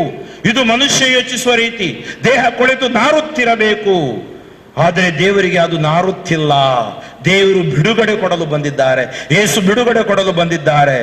ಆವಾಗ ಯೇಸು ಹೇಳಿದ ಮಾತು, ನಿನಗೆ ವಿಶ್ವಾಸವಿದ್ದಲ್ಲಿ ದೇವರ ಮಹಿಮೆಯನ್ನು ಕಾಣುವೆ. ಇವತ್ತು ಆತ್ಮೀಯ ಸಹೋದರ ಸಹೋದರಿಯರೇ, ಪ್ರತಿಯೊಬ್ಬರು ನಿಮಗೆ ವಿಶ್ವಾಸವಿದ್ದಲ್ಲಿ ವಿಶ್ವಾಸ ಬಿಡಬೇಡಿ. ವಿಶ್ವಾಸವಿದ್ದಲ್ಲಿ ಇವತ್ತು ನೀವು ದೇವರ ಮಹಿಮೆಯನ್ನು ಕಾಣುತ್ತೀರಾ. ಏನು ಕಳೆದುಕೊಂಡಿದ್ದೀರಾ, ದೇವರು ನಿಮ್ಮನ್ನು ಆಶೀರ್ವದಿಸಿ ತಕ್ಕ ಕಾಲಕ್ಕೆ ಅವರು ನಿಮ್ಮನ್ನು ಮೇಲೆತ್ತುತ್ತಾರೆ. ಯೇಸು ಕಲ್ಲು ತೆಗೆದ ನಂತರ ಒಂದು ಸುಂದರ ಪ್ರಾರ್ಥನೆ ಮಾಡಿದರು. ಯೇಸು, ಪಿತನೇ, ನನ್ನ ಪ್ರಾರ್ಥನೆಗೆ ನೀವು ಕಿವಿಗೊಡುತ್ತೀರಿ, ಆದುದರಿಂದ ನಿಮಗೆ ಕೃತಜ್ಞತೆಯನ್ನು ಸಲ್ಲಿಸುತ್ತೇನೆ. ಇವತ್ತು ನಾವು ಮೊದಲ ಪ್ರಾರ್ಥನೆ ದೇವರಿಗೆ ಕೃತಜ್ಞತೆಯನ್ನು ಸಲ್ಲಿಸುವುದು. ಹಬಾಕೂಕ್ ಪ್ರವಾದಿ 3ನೇ ಅಧ್ಯಾಯ ವಾಕ್ಯ 17, 18, 19 ಹೇಳ್ತದೆ, ಅಂಜೂರದ ಮರ ಚುಗುರದೆ ಇದ್ದರು, ದನ ಕರುಗಳು ಕೊಟ್ಟಿಗೆಯಲ್ಲಿ ಇಲ್ಲದಿದ್ದರು, ಎಣ್ಣೆ ಮರಗಳ ಉತ್ಪತ್ತಿ ಶೂನ್ಯವಾದರೂ, ಹೊಲಗಳ ಗದ್ದೆಗಳಲ್ಲಿ ಉತ್ಪತ್ತಿ ಇಲ್ಲದಿದ್ದರು, ನಾನು ದೇವರನ್ನು ಸ್ತುತಿಸುವೆ. ನನ್ನ ಮತ್ತು ದೇವರ ಸಂಬಂಧ ಜುಜುಬಿ ಅಂಜೂರಕ್ಕಾಗಿ, ಎಣ್ಣೆ ಮರಗಳ ಉತ್ಪತ್ತಿಗಳಿಗಾಗಿ, ದನ ಕರುಗಳು ಕುರಿಗಳಿಗಾಗಿ ಅಲ್ಲ, ನನಗೆ ಜೀವ ಕೊಟ್ಟವರು ನೀವಾಗಿದ್ದೀರಿ. ಜೀವ ಕೊಟ್ಟ ದೇವ. ಮೊದಲು ಇವತ್ತು ನಾವೆಲ್ಲರೂ ಈ ದಿನದಿಂದ ದೇವರಿಗೆ ಕೃತಜ್ಞತೆಯನ್ನು ಸಲ್ಲಿಸೋಣ. ನಮ್ಮ ಕುಟುಂಬಗಳನ್ನು ಒಟ್ಟಿಗೆ ಹಾಕಿ ನಮ್ಮನ್ನು ಜೊತೆ ಸೇರಿಸಿ ಪ್ರಾರ್ಥಿಸಲು ಅನುವು ಮಾಡಿಕೊಟ್ಟ ದೇವರಿಗೆ ಕೃತಜ್ಞತೆಯನ್ನು ಸಲ್ಲಿಸೋಣ. ನಾವು ಕೃತಜ್ಞತೆ ಸಲ್ಲಿಸುವಾಗ ಮಹಾಮಾರಿ ನಮ್ಮನ್ನು ಬಿಟ್ಟು ಹೋಗುತ್ತದೆ. ನನ್ನ ಪ್ರಾರ್ಥನೆಗೆ ನೀವು ಕಿವಿಗೊಡುತ್ತೀರಿ. ನೋಡಿ, ಎಂತ ಒಂದು ಕಾನ್ಫಿಡೆನ್ಸ್, ಆತ್ಮವಿಶ್ವಾಸ ಎಂಬುದು ನನಗೆ ಚೆನ್ನಾಗಿ ತಿಳಿದಿದೆ. ಆದರೆ ನನ್ನನ್ನು ಕಳುಹಿಸಿದಾತ ನೀವೇ ಎಂದು ಸುತ್ತಲೂ ನೆರೆದಿರುವವರು ನಂಬುವಂತೆ ನಾನು ಹೀಗೆ ಹೇಳಿದೆನು. ತದನಂತರ ಯೇಸು ಗಟ್ಟಿಯಾದ ಧ್ವನಿಯಲ್ಲಿ, ಲಾಸರನೇ ಹೊರಗೆ ಬಾ ಅಂತ ಕೂಗಿದರು. ಆವಾಗ ಯಾವಾಗ ಯೇಸುವಿನ ಸ್ವರ ಹೋಗಿ ಅವನ ಶರೀರ ತಟ್ಟಿತೋ, ನಾಟಿತೋ, ಆ ಮರಣ ಅವನನ್ನು ಹಿಡಿದಿಟ್ಟುಕೊಳ್ಳಲಾಗಲಿಲ್ಲ. ಆ ಮರಣ ಅವನನ್ನು ಬಿಟ್ಟು ಜೀವ ಅವನೊಳಗಡೆ ಬಂತು. ಇದರ ಮೂಲಕ ಯೇಸು ಏನು ತೋರಿಸ್ತಾರೆ? ನಾನೇ ಜೀವದಾತ, ನಾನೇ ಪುನರುತ್ಥಾನ. ಇದಕ್ಕಾಗಿ ಆತ್ಮೀಯ ಸಹೋದರ ಸಹೋದರಿಯರೇ, ನಾವು ಭಯ ಪಡಬಾರ್ದು. ಲಾಸರನಿಗೆ ಮರುಜೀವ ಕೊಟ್ಟು ಯೇಸು ನಮಗೆ ಭರವಸೆಯನ್ನು ಕೊಡುತ್ತಾ ಇದ್ದಾರೆ. ಈ ದಿನ, ಈ ಕ್ಷಣ ನಮಗೂ ನಮ್ಮ ಈ ಜೀವನದಲ್ಲಿ ಬಂದ ಎಲ್ಲ ತೊಂದರೆ ತಾಪತ್ರಯಗಳಿಂದ ಆತ ನಮ್ಮನ್ನು ರಕ್ಷಿಸಿ, ಆತನ ಜೀವದಲ್ಲಿ ನಮಗೆ ಜೀವವಿದೆ, ಆತನಲ್ಲಿ ನಮಗೆ ಪುನರುತ್ಥಾನವಿದೆ ಎಂಬ ಸತ್ಯವನ್ನು ನಮಗೆ ಮನಗಾಣಿಸುತ್ತಾರೆ. ಈ ನಿಟ್ಟಿನಲ್ಲಿ ಸಹೋದರ ಸಹೋದರಿಯರೇ, ನಾವು ಇವತ್ತು ಈ ದಿವ್ಯ ಬಲಿಪೂಜೆಯಲ್ಲಿ ನಮ್ಮ ರಕ್ಷಣೆಗಾಗಿ, ಬಿಡುಗಡೆಗಾಗಿ, ಆಶೀರ್ವಾದಕ್ಕಾಗಿ, ಅನಾಥ ಆತ್ಮಗಳಿಗಾಗಿ, ಪರಿಶುದ್ಧ ಶುದ್ಧೀಕರಣ ಸ್ಥಳದಲ್ಲಿರುವ ಆತ್ಮಗಳಿಗಾಗಿ ನಾವು ಮೊರೆ ಇಡೋಣ. ಜೀವದಾತರಾದ ಯೇಸು ಅವರಿಗೂ ಜೀವವನ್ನು ದಯಪಾಲಿಸಿ ತನ್ನ ಸಾಮ್ರಾಜ್ಯದಲ್ಲಿ ಸ್ವೀಕರಿಸಲಿ. ನಾವು ಕೂಡ ಈ ಲೋಕದಲ್ಲಿರುವಾಗ ಪ್ರಭುವಿಗಾಗಿ ವಿಶ್ವಾಸದಿಂದ ಬಾಳುವ ವರವನ್ನು ನಮಗೆ ಕರುಣಿಸಲೆಂದು ಮನಸ್ಸಿನಿಂದ ನಾವು ಪ್ರಾರ್ಥಿಸೋಣವೇ. ಕಣ್ಣುಗಳನ್ನು ಮುಚ್ಚಿ ಕರಗಳನ್ನು ಹೃದಯದ ಮೇಲಿಟ್ಟು ಪ್ರಾರ್ಥಿಸೋಣ. ಸ್ತುತಿಗಳ ಮಧ್ಯೆ ಇರುವವನು, ಸ್ತುತಿಗೆ ಪಾತ್ರನೂ ಆದ ಪ್ರಭು ಯೇಸುವೆ, ನಿಮ್ಮ ನಾಮಕ್ಕೆ ಅನಂತ ಕೋಟಿ ಸ್ತೋತ್ರಗಳು ದೇವ. ಈ ದಿನ ಈ ವಿಶ್ವಾಸದ ಸಂದೇಶವನ್ನು ನಮಗೆ ಕೊಟ್ಟಿದ್ದಕ್ಕಾಗಿ ಸ್ತೋತ್ರ. ಕೊರೋನಾ ಎಂಬ ಮಹಾಮಾರಿಗೆ ಹೆದರಿ ಮುದುಡಿ ನಲುಗಿ ಮನೆ ಒಳಗಡೆ ನಾವು ಕುಳಿತುಕೊಂಡಿದ್ದೀವಿ. ಆದರೆ ಇಲ್ಲಿಂದಲೇ ಆರಾಧಿಸುವ ಭಾಗ್ಯ ನಮಗೆ ಕೊಟ್ಟಿದ್ದಕ್ಕಾಗಿ ಸ್ತೋತ್ರ ದೇವ. ಹಾಗೂ ನಮ್ಮನ್ನು ರಕ್ಷಿಸುವುದಕ್ಕಾಗಿ, ರಾಷ್ಟ್ರಗಳನ್ನು ರಕ್ಷಿಸುವುದಕ್ಕಾಗಿ, ಈ ಮಹಾಮಾರಿಯಿಂದ ಬಿಡುಗಡೆ ಕೊಡುವುದಕ್ಕಾಗಿ ಸ್ತೋತ್ರ ದೇವ. ನಮ್ಮ ಕುಟುಂಬದಲ್ಲಿರುವ ಎಲ್ಲ ಸಮಸ್ಯೆಗಳು, ದುಃಖಗಳು, ರೋಗಗಳು, ನೋವುಗಳು, ಸಾಲಗಳು, ಸೋಲುಗಳು, ಕೇಸುಗಳು, ಇವುಗಳನ್ನು ಬಿಡುಗಡೆ ಕೊಡುವುದಕ್ಕಾಗಿ ಸ್ತೋತ್ರ ದೇವ. ವಿಶೇಷವಾಗಿ ನಮ್ಮೊಳಗಡಿರುವ ಮಾರಣಾಂತಿಕ ವೈರಸ್ಗಳಿಂದ, ರೋಗಗಳಿಂದ ಬಿಡುಗಡೆ ಕೊಡುವುದಕ್ಕಾಗಿ ನಿಮಗೆ ಸ್ತೋತ್ರ ದೇವ. ಈ ಮಕ್ಕಳಿಗಾಗಿ ಯೇಸುವೆ ನಾನು ಕೃತಜ್ಞತೆ ಸಲ್ಲಿಸುತ್ತೇನೆ. ಯಾರೆಲ್ಲ ದಿವ್ಯವಾಣಿ ಲೈವ್ ಮೂಲಕ ಈ ದಿವ್ಯ ಬಲಿಪೂಜೆಯನ್ನು ಆಲಿಸುತ್ತಾರೋ ಮತ್ತು ಪ್ರಾರ್ಥಿಸುತ್ತಾರೋ ಅವರೆಲ್ಲರ ಮೇಲೆ ಅದ್ಭುತಗಳು ನಡೆಯಲಿ. ಎಲ್ಲ ಅಂಧಕಾರ ಶಕ್ತಿಗಳು, ಬಂಧನಗಳು, ಪಾಪಗಳು, ಶಾಪಗಳು ಯೇಸು ನಾಮದಲ್ಲಿ ಬಿಟ್ಟು ಸುಟ್ಟು ಬೂದಿಯಾಗಲಿ. Touch them Lord, anoint them Lord, bless them Lord, heal them Lord, deliver them Lord. Yesu ನಾಮದಲ್ಲಿ ಅದ್ಭುತಗಳು ನಡೆದಿವೆ. ಯೇಸು ನಾಮದಲ್ಲಿ ಆಶೀರ್ವಾದಗಳು ಇಳಿದು ಬಂದಿವೆ. ಯೇಸು ನಾಮದಲ್ಲಿ ಹೊಸ ಚೈತನ್ಯ, ಹೊಸ ಬಲ ಇಳಿದು ಬಂದಿದೆ. ಸ್ತೋತ್ರ ದೇವ. ಯೇಸುವೆ ವಂದನೆ, ಯೇಸುವೆ ಸ್ತೋತ್ರ. ಆಮೆನ್. ವಿಶ್ವಾಸ ಪ್ರಮಾಣವನ್ನು ನಾವು ಮಾಡೋಣ. ಸ್ವರ್ಗವನ್ನು ಭುವಿಯನ್ನು ಗೋಚರವಾದುದನ್ನು ಅಗೋಚರವಾದುದನ್ನು ಸರ್ವವನ್ನು ಸೃಷ್ಟಿಸಿದ ಸರ್ವಶಕ್ತ ಪಿತನಾದ ಏಕದೇವರನ್ನು ವಿಶ್ವಾಸಿಸುತ್ತೇನೆ. ಸಕಲ ಯುಗಗಳ ಮುನ್ನ ಪಿತನಿಂದ ಜನಿಸಿದ ಏಕಮಾತ್ರ ದೇವಪುತ್ರ ಪ್ರಭು ಯೇಸು ಕ್ರಿಸ್ತರನ್ನು ವಿಶ್ವಾಸಿಸುತ್ತೇನೆ. ಇವರು ದೇವರಿಂದ ದೇವರು, ಬೆಳಕಿನಿಂದ ಬೆಳಕು, ನಿಜ ದೇವರಿಂದ ನಿಜ ದೇವರು, ಜನಿಸಿಯೂ ಸೃಷ್ಟಿಯಾಗದೆ ಪಿತನ ಸಹ ಸ್ವಭಾವಿ ಆಗಿರುವರು. ಇವರ ಮುಖಾಂತರವೇ ಸಕಲವು ಸೃಷ್ಟಿಯಾಯಿತು. ಇವರು ಮಾನವರಾದ ನಮಗಾಗಿಯೂ ನಮ್ಮ ರಕ್ಷಣೆಗಾಗಿಯೂ ಪರಲೋಕದಿಂದ ಇಳಿದು ಬಂದರು ಮತ್ತು ಪವಿತ್ರಾತ್ಮರಿಂದ ಕನ್ಯಾಮರಿಯಮ್ಮನವರಲ್ಲಿ ಮನುಷ್ಯರಾದರು.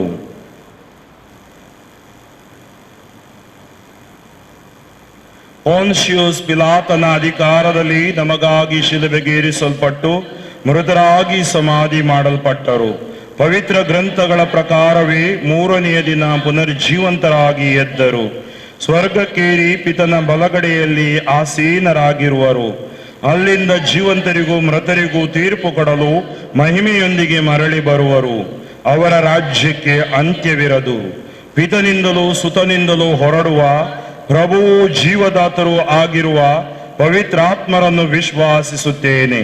ಪ್ರವಾದಿಗಳ ಮುಖಾಂತರ ಮಾತನಾಡಿದ ಇವರು ಪಿತ ಮತ್ತು ಸುತನೊಡನೆ ಒಂದಾಗಿ ಆರಾಧನೆಯನ್ನು ಮಹಿಮೆಯನ್ನು ಪಡೆಯುತ್ತಾರೆ. ಏಕ ಪವಿತ್ರ ಕಥೋಲಿಕ ಮತ್ತು ಪ್ರೇಷಿತ ಧರ್ಮಸಭೆಯನ್ನು ವಿಶ್ವಾಸಿಸುತ್ತೇನೆ. ಪಾಪ ಪರಿಹಾರಕ್ಕಾಗಿ ಒಂದೇ ದೀಕ್ಷಾ ಸ್ನಾನ ಇರುವುದೆಂದು ನಿವೇದಿಸುತ್ತೇನೆ. ಮೃತರ ಪುನರುತ್ಥಾನವನ್ನು, ಬರಲಿರುವ ಮರುಲೋಕ ಜೀವನವನ್ನು ನಿರೀಕ್ಷಿಸುತ್ತೇನೆ. ಆಮೇನ್. ವಿಶ್ವಾಸಿಗಳ ಪ್ರಾರ್ಥನೆ. ಸಹೋದರ ಸಹೋದರಿಯರೇ, ಪ್ರಭು ಯೇಸುವಿನ ನಾಮದಲ್ಲಿ ನಾವು ಇಲ್ಲಿ ಜೊತೆ ಸೇರಿದ್ದೇವೆ. ವಿಶೇಷವಾಗಿ ಈ ತಪಸ್ಸು ಕಾಲದಲ್ಲಿ ನಾವಿದ್ದೀವಿ. ದೇವರಿಗೆ ನಮ್ಮ ಪ್ರಾರ್ಥನೆಗಳನ್ನು ಸಲ್ಲಿಸುವುದು ನಮ್ಮ ಕರ್ತವ್ಯ. ಅದರಲ್ಲೂ ತಪಸ್ಸು ಕಾಲದಲ್ಲಿ ಕ್ರಿಸ್ತರೊಂದಿಗೆ ಮತ್ತಷ್ಟು ಆಸಕ್ತಿಯಿಂದ ಐಕ್ಯವಾಗಿದ್ದು ನಮ್ಮ ಕೋರಿಕೆಗಳನ್ನು ದೇವರಿಗೆ ಅತ್ಯಂತ ಶ್ರದ್ಧಾ ಭಕ್ತಿಯಿಂದ ಈಗ ಸಲ್ಲಿಸೋಣ. ನಿಮ್ಮ ಉತ್ತರ: ಪ್ರಭು ನಮ್ಮ ಪ್ರಾರ್ಥನೆಯನ್ನು ಆಲಿಸಿರಿ. ಸಕಲ ಕ್ರೈಸ್ತ ವಿಶ್ವಾಸಿಗಳಿಗಾಗಿ ಪ್ರಾರ್ಥಿಸೋಣ. ಈ ಪವಿತ್ರ ಕಾಲದಲ್ಲಿ ಅವರು ದೇವರ ವದನದಿಂದ ಹೊರಡುವ ಪ್ರತಿಯೊಂದು ವಾಕ್ಯದಿಂದ ಸಮೃದ್ಧವಾಗಿ ಪೋಷಿತರಾಗಲೆಂದು ಪ್ರಭುವನ್ನು ಪ್ರಾರ್ಥಿಸೋಣ. ಪ್ರಭು ನಮ್ಮ ಪ್ರಾರ್ಥನೆಯನ್ನು ಆಲಿಸಿರಿ. ಇಡೀ ವಿಶ್ವಕ್ಕಾಗಿ ನಾವು ಪ್ರಾರ್ಥಿಸೋಣ. ಮರಣಾಂತಿಕ ವ್ಯಾಧಿ ಕೊರೋನಾ ಹಾಗೂ ಅನೇಕ ರೋಗ ರುಜಿನಗಳಿಂದ ಅಥವಾ ಸಂಕಷ್ಟಗಳಿಂದ ನರಳುತ್ತಿರುವ ಈ ವಿಶ್ವದಲ್ಲಿ ನಿರಂತರ ಶಾಂತಿ ಸಾಮರಸ್ಯವನ್ನು ಅನುಭವಿಸುತ್ತಾ ನಮ್ಮ ಬಾಳಿನ ದಿನಗಳು ರಕ್ಷಣೆಯ ಹಾಗೂ ಕೃಪಾವರದ ಸಮರ್ಪಕ ಕಾಲವಾಗಿ ಮಾರ್ಪಾಡುವಂತೆ ಪ್ರಭುವನ್ನು ಪ್ರಾರ್ಥಿಸೋಣ. ಪ್ರಭು ನಮ್ಮ ಪ್ರಾರ್ಥನೆಯನ್ನು ಆಲಿಸಿರಿ. ಪಾಪಿಗಳಿಗಾಗಿಯೂ ನಿರ್ಲಕ್ಷಿತರಿಗಾಗಿಯೂ ದೇವರಿಂದ ದೂರ ಸರಿದವರಿಗಾಗಿಯೂ ದೇವರಲ್ಲಿ ನಂಬಿಕೆ ಇಡದವರಿಗಾಗಿಯೂ ನಾಸ್ತಿಕರಿಗಾಗಿಯೂ ಪ್ರಾರ್ಥಿಸೋಣ. ಸಂಧಾನದ ಈ ಕಾಲದಲ್ಲಿ ಇವರೆಲ್ಲರೂ ಪ್ರಭುವಿನ ಪ್ರೀತಿಯನ್ನು ಅನುಭವಿಸಿ ಕ್ರಿಸ್ತರಿಗೆ ಅಭಿಮುಖರಾಗಿ ಹಿಂದಿರುಗುವಂತೆ ಪ್ರಭುವನ್ನು ಪ್ರಾರ್ಥಿಸೋಣ. ಪ್ರಭು ನಮ್ಮ ಪ್ರಾರ್ಥನೆಯನ್ನು ಆಲಿಸಿರಿ. ದಿವ್ಯವಾಣಿ ಲೈವ್ ಮೂಲಕ ಈ ದಿವ್ಯ ಬಲಿ ಪೂಜೆಯನ್ನು ಅರ್ಪಿಸುತ್ತಿರುವ ಹಾಗೂ ನೆರೆದಿರುವ ಎಲ್ಲರಿಗಾಗಿಯೂ, ನಮ್ಮ ಕುಟುಂಬಸ್ಥರಿಗಾಗಿಯೂ, ವಿಶ್ವದಲ್ಲಿರುವ 750 ಕೋಟಿ ಜನರಿಗಾಗಿಯೂ ನಾವು ಪ್ರಾರ್ಥಿಸೋಣ. ನಮ್ಮ ಪಾಪಗಳ ವಿರುದ್ಧ ತಿರಸ್ಕಾರ ಭಾವನೆಯನ್ನು ನಮ್ಮ ಹೃದಯಗಳಲ್ಲಿ ಮೂಡಿಸಲೆಂದು ಪ್ರಭುವನ್ನು ಪ್ರಾರ್ಥಿಸೋಣ. ಪ್ರಭು ನಮ್ಮ ಪ್ರಾರ್ಥನೆಯನ್ನು ಆಲಿಸಿರಿ. ಕಣ್ಣುಗಳನ್ನು ಮುಚ್ಚಿ ವೈಯಕ್ತಿಕ ನಮ್ಮ ಕೋರಿಕೆಗಳನ್ನು ಸಮರ್ಪಿಸಿ ನಮ್ಮ ಆರೋಗ್ಯಕ್ಕಾಗಿ, ನಮ್ಮ ಕುಟುಂಬಕ್ಕಾಗಿ, ವಿಶ್ವಕ್ಕಾಗಿಯೂ ಮೌನವಾಗಿ ಪ್ರಾರ್ಥಿಸೋಣ. ಪ್ರಭು, ನಿಮ್ಮ ಪ್ರಜೆಗಳು ತಮ್ಮ ಪೂರ್ಣ ಹೃದಯದಿಂದ ನಿಮ್ಮತ್ತ ತಿರುಗಿಕೊಳ್ಳುವಂತೆ ಮಾಡಿರಿ. ಹೀಗೆ ಅವರು ಧೈರ್ಯದಿಂದ ಮಾಡುವ ಪ್ರಾರ್ಥನೆಯ ಮೂಲಕ ತಾವು ಕೇಳುವುದನ್ನೆಲ್ಲ ನಿಮ್ಮ ದಯೆಯಿಂದ ಪಡೆಯುವಂತೆ ಅನುಗ್ರಹಿಸಿರಿ. ಪ್ರಭು ಯೇಸು ಕ್ರಿಸ್ತರ ಮುಖಾಂತರ ಪ್ರಾರ್ಥಿಸುತ್ತೇವೆ.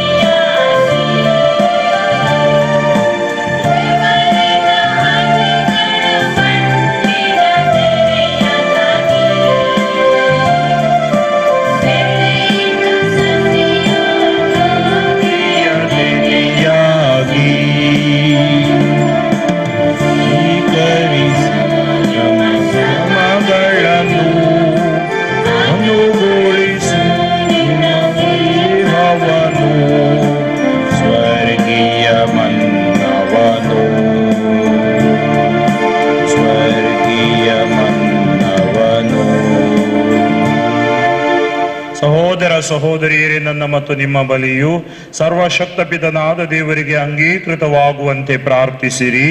ಪ್ರಭು ತಮ್ಮ ನಾಮದ ಸ್ತುತಿ ಹಾಗೂ ಮಹಿಮೆಗಾಗಿಯೂ ನಮ್ಮ ಮತ್ತು ನಮ್ಮ ಅಳಿಲು ಪವಿತ್ರಾತ್ಮ ಸಭೆಯ ಬೆಳಕಿಗಾಗಿಯೂ ಈ ಬಲಿಯನ್ನು ನಮ್ಮ ಕರಗಳಿಂದ ಸ್ವೀಕರಿಸಿರಿ. ಸರ್ವಶಕ್ತ ದೇವರೇ, ನಮ್ಮನ್ನಾಲಿಸಿರಿ. ಕ್ರೈಸ್ತ ವಿಶ್ವಾಸದ ಬೋಧನೆಯನ್ನು ನಿಮ್ಮ ಸೇವಕರಲ್ಲಿ ತುಂಬಿದ್ದೀರಿ. ಈ ಬಲಿ ಅರ್ಪಣೆಯ ಫಲವಾಗಿ ಇವರನ್ನು ಶುದ್ಧಗೊಳಿಸಿರಿ. ನಮ್ಮ ಪ್ರಭು ಕ್ರಿಸ್ತರ ಮುಖಾಂತರ ನಿಮ್ಮನ್ನು ಪ್ರಾರ್ಥಿಸುತ್ತೀವಿ.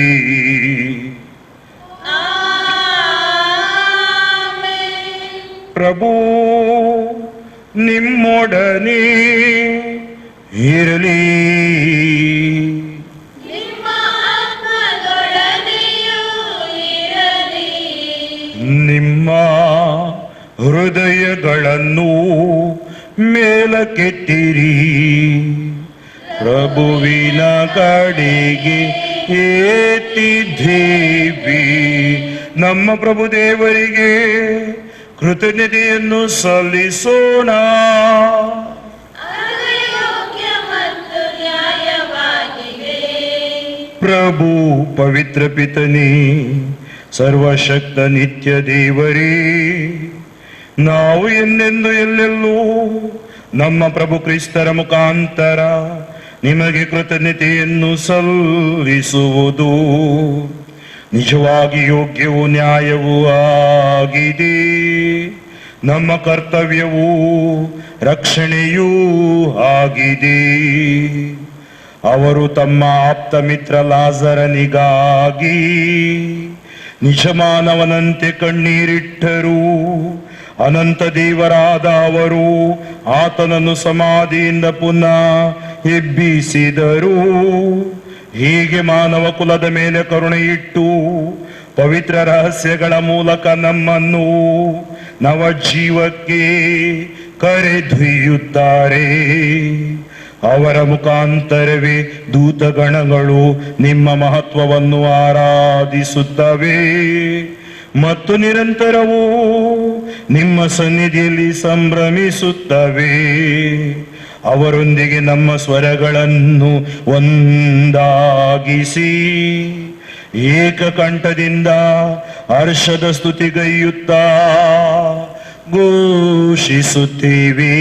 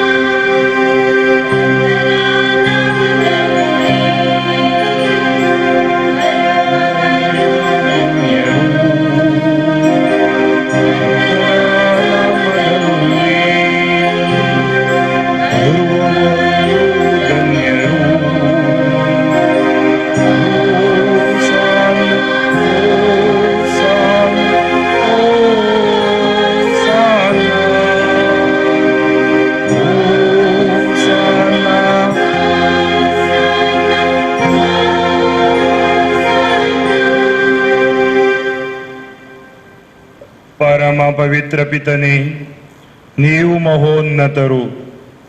ಜ್ಞಾನದಿಂದಲೂ ಪ್ರೀತಿಯಿಂದಲೂ ನೀವೆಸಗಿದ ಎಲ್ಲಾ ಕಾರ್ಯಗಳಿಗಾಗಿ ನಿಮ್ಮನ್ನು ಸ್ತುತಿಸುತ್ತೇವೆ. ನಿಮ್ಮ ಸ್ವರೂಪದಲ್ಲಿ ಮಾನವನನ್ನು ಸೃಷ್ಟಿಸಿ ಇಡೀ ಲೋಕವನ್ನು ಅವನ ಪಾಲನೆಗೆ ವಹಿಸಿದಿರಿ.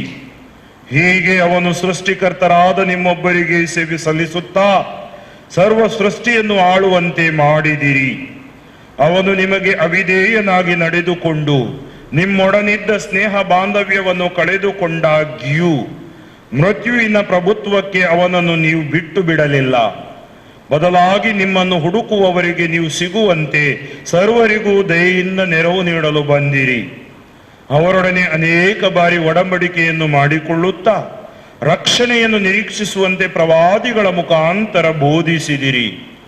ಪರಮ ಪವಿತ್ರ ಪಿತನೇ, ನೀವು ಜಗತ್ತನ್ನು ಎಷ್ಟೊಂದು ಪ್ರೀತಿಸಿದಿರೆಂದರೆ ಕಾಲವು ಪರಿಪೂರ್ಣವಾದಾಗ ನಿಮ್ಮ ಏಕೈಕ ಪುತ್ರರನ್ನೇ ನಮ್ಮ ರಕ್ಷಕರನ್ನಾಗಿ ಕಳುಹಿಸಿದಿರಿ.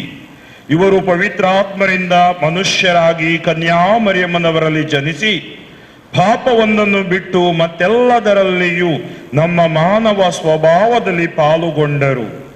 ಬಡವರಿಗೆ ರಕ್ಷಣೆಯ ಶುಭ ಸಂದೇಶವನ್ನು, ಬಂಧಿತರಿಗೆ ಬಿಡುಗಡೆಯನ್ನು, ಮನನೊಂದವರಿಗೆ ಆನಂದವನ್ನು ಸಾರಿದರು. ನಿಮ್ಮ ಯೋಜನೆಯನ್ನು ನೆರವೇರಿಸಲು ತಾವಾಗಿಯೇ ಮೃತ್ಯುವಶರಾದರು. ಬಳಿಕ ಮೃತರ ಮಧ್ಯದಿಂದ ಪುನರುತ್ಥಾನರಾಗಿ ಮೃತ್ಯುವನ್ನು ವಿನಾಶ ಮಾಡಿ ಜೀವವನ್ನು ಪುನಶ್ಚೇತನಗೊಳಿಸಿದರು. ಪಿತನೇ, ಇನ್ನು ಮುಂದೆ ನಾವು ನಮಗಾಗಿಯೇ ಜೀವಿಸದೆ ನಮಗೋಸ್ಕರ ಸತ್ತು ಪುನರುತ್ಥಾನರಾದ ಅವರಿಗಾಗಿಯೇ ಜೀವಿಸುವಂತೆ ನಿಮ್ಮಲ್ಲಿ ವಿಶ್ವಾಸವುಳ್ಳವರಿಗೆ ಪ್ರಥಮ ಫಲವಾಗಿ ಅವರು ಪವಿತ್ರಾತ್ಮರನ್ನು ನಿಮ್ಮ ಬಳಿಯಿಂದ ಕಳುಹಿಸಿದರು. ಹೇಗೆ ಪವಿತ್ರಾತ್ಮರು ಸೃಷ್ಟಿಯನ್ನು ಪಾವನತೆಯಲ್ಲಿ ಪರಿಪೂರ್ಣಗೊಳಿಸಲು ಲೋಕದಲ್ಲಿ ಅವರ ಕಾರ್ಯವನ್ನು ಸಂಪೂರ್ಣತೆಗೆ ತಂದರು. ಆದುದರಿಂದ ಪ್ರಭು, ಇದೇ ಪವಿತ್ರಾತ್ಮರು ಈ ಕಾಣಿಕೆಯನ್ನು ದಯೆಯಿಂದ ಪಾವನಗೊಳಿಸಲೆಂದು ಭಿನ್ನವಿಸುತ್ತೇವೆ. ಇವು ನಮ್ಮ ಪ್ರಭು ಯೇಸು ಕ್ರಿಸ್ತರ ಶರೀರ ಮತ್ತು ರಕ್ತವಾಗಿ ಮಾರ್ಪಡಲಿ. ಈ ಪರಮ ರಹಸ್ಯವನ್ನು ಆಚರಿಸಬೇಕೆಂದು ಅವರೇ ಇದನ್ನು ಅನಂತ ಒಡಂಬಡಿಕೆಯನ್ನಾಗಿ ನಮಗೆ ಬಿಟ್ಟು ಹೋಗಿದ್ದಾರೆ. ಪರಮ ಪವಿತ್ರ ಪಿತನೇ, ಅವರು ನಿಮ್ಮಿಂದ ಮಹಿಮೆ ಪಡೆಯುವ ಗಳಿಗೆ ಸಮೀಪಿಸಿದಾಗ ಈ ಲೋಕದಲ್ಲಿದ್ದ ತಮ್ಮವರನ್ನು ಪ್ರೀತಿಸಿ ಅವರನ್ನು ಕೊನೆಯವರೆಗೂ ಪ್ರೀತಿಸಿದರು. ಮತ್ತು ಅವರೆಲ್ಲರೂ ಭೋಜನ ಮಾಡುತ್ತಿದ್ದಾಗ ಅವರು ರೊಟ್ಟಿಯನ್ನು ತೆಗೆದುಕೊಂಡು ಅದನ್ನು ಆಶೀರ್ವದಿಸಿ ಮುರಿದು ತಮ್ಮ ಶಿಷ್ಯರಿಗೆ ಕೊಡುತ್ತಾ ಹೀಗೆಂದರು: ತೆಗೆದುಕೊಳ್ಳಿ, ಇದನ್ನು ನೀವೆಲ್ಲರೂ ಭುಜಿಸಿರಿ, ಏಕೆಂದರೆ ಇದು ನಿಮಗಾಗಿ ಒಪ್ಪಿಸಲಾಗುವ ನನ್ನ ಶರೀರ.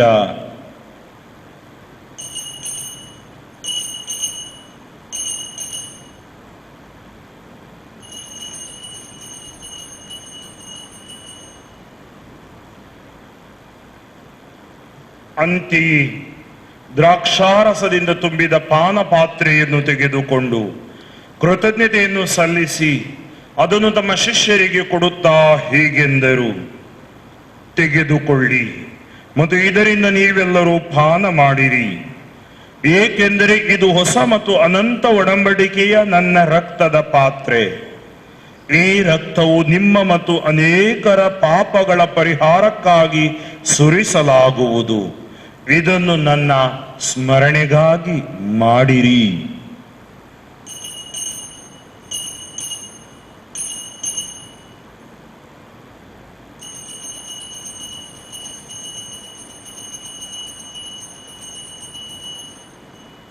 ವಿಶ್ವಾಸದ ರಹಸ್ಯ.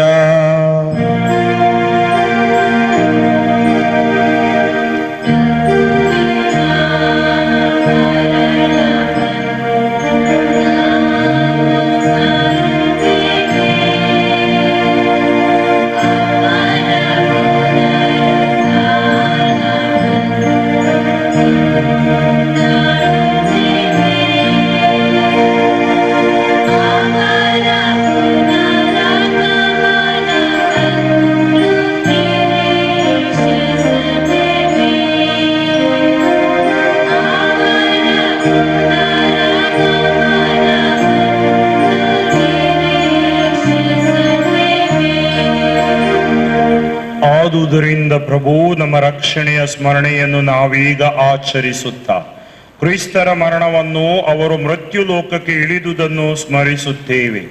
ಅವರು ಪುನರುತ್ಥಾನರಾದುದನ್ನು, ನಿಮ್ಮ ಬಲಗಡೆಗೆ ಆರೋಹಣರಾದುದನ್ನು ನಿವೇದಿಸುತ್ತೇವೆ. ಅವರ ಮಹಿಮಾಭರಿತ ಪುನರಾಗಮನವನ್ನು ನಿರೀಕ್ಷಿಸುತ್ತಾ ನಿಮಗೆ ಸ್ವೀಕಾರ ಯೋಗ್ಯವೂ ಇಡೀ ಜಗತ್ತಿಗೆ ರಕ್ಷಣಾದಾಯಕವೂ ಆದ ಅವರ ಶರೀರ ಮತ್ತು ರಕ್ತವನ್ನು ನಿಮಗೆ ಬಲಿಯನ್ನಾಗಿ ಅರ್ಪಿಸುತ್ತೇವೆ. ಪ್ರಭು, ನಿಮ್ಮ ಧರ್ಮಸಭೆಗಾಗಿ ನೀವೇ ಸಿದ್ಧಪಡಿಸಿದ ಈ ಬಲಿಯನ್ನು ವೀಕ್ಷಿಸಿರಿ. ನಿಮ್ಮ ಪ್ರೀತಿಮಯ ಕರುಣೆಯಿಂದ ಒಂದೇ ರೊಟ್ಟಿ ಮತ್ತು ಒಂದೇ ಪಾನಪಾತ್ರೆಯಲ್ಲಿ ಪಾಲುಗೊಳ್ಳುವ ಎಲ್ಲರನ್ನೂ ಪವಿತ್ರಾತ್ಮರು ಒಂದೇ ಶರೀರವನ್ನಾಗಿ ಐಕ್ಯಗೊಳಿಸಿ ನಿಮ್ಮ ಮಹಿಮೆಯ ಸ್ತುತಿಗಾಗಿ ಕ್ರಿಸ್ತರಲ್ಲಿ ಜೀವಂತ ಬಲಿಯಾಗುವಂತೆ ಅನುಗ್ರಹಿಸಿರಿ. ಆದುದರಿಂದ ಪ್ರಭು, ಈಗ ಈ ಬಲಿಯನ್ನು ಯಾರಿಗಾಗಿ ಅರ್ಪಿಸುತ್ತಿರುವೆವೋ ಅವರೆಲ್ಲರನ್ನೂ ಸ್ಮರಿಸಿಕೊಳ್ಳಿರಿ.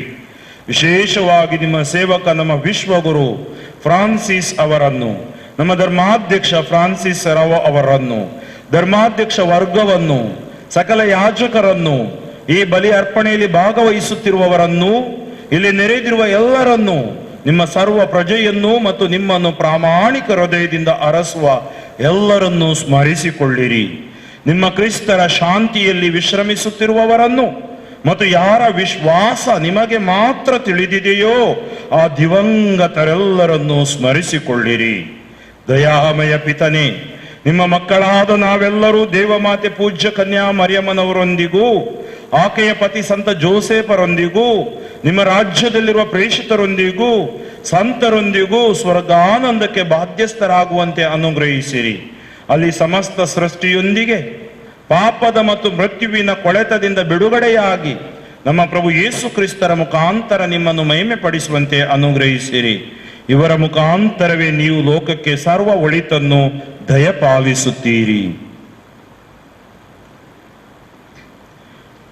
ಇವರ ಮುಖಾಂತರವೂ ಇವರೊಂದಿಗೂ ಇವರಲ್ಲಿಯೂ ಸರ್ವಶಕ್ತ ತಂದೆಯಾದ ದೇವರೇ, ಪವಿತ್ರಾತ್ಮರ ಐಕ್ಯದಲ್ಲಿ ಸರ್ವ ಗೌರವವು ಮಹಿಮೆಯು ಯುಗ ಯುಗಾಂತರಕ್ಕೂ ನಿಮಗೆ ಸಲ್ಲಲಿ.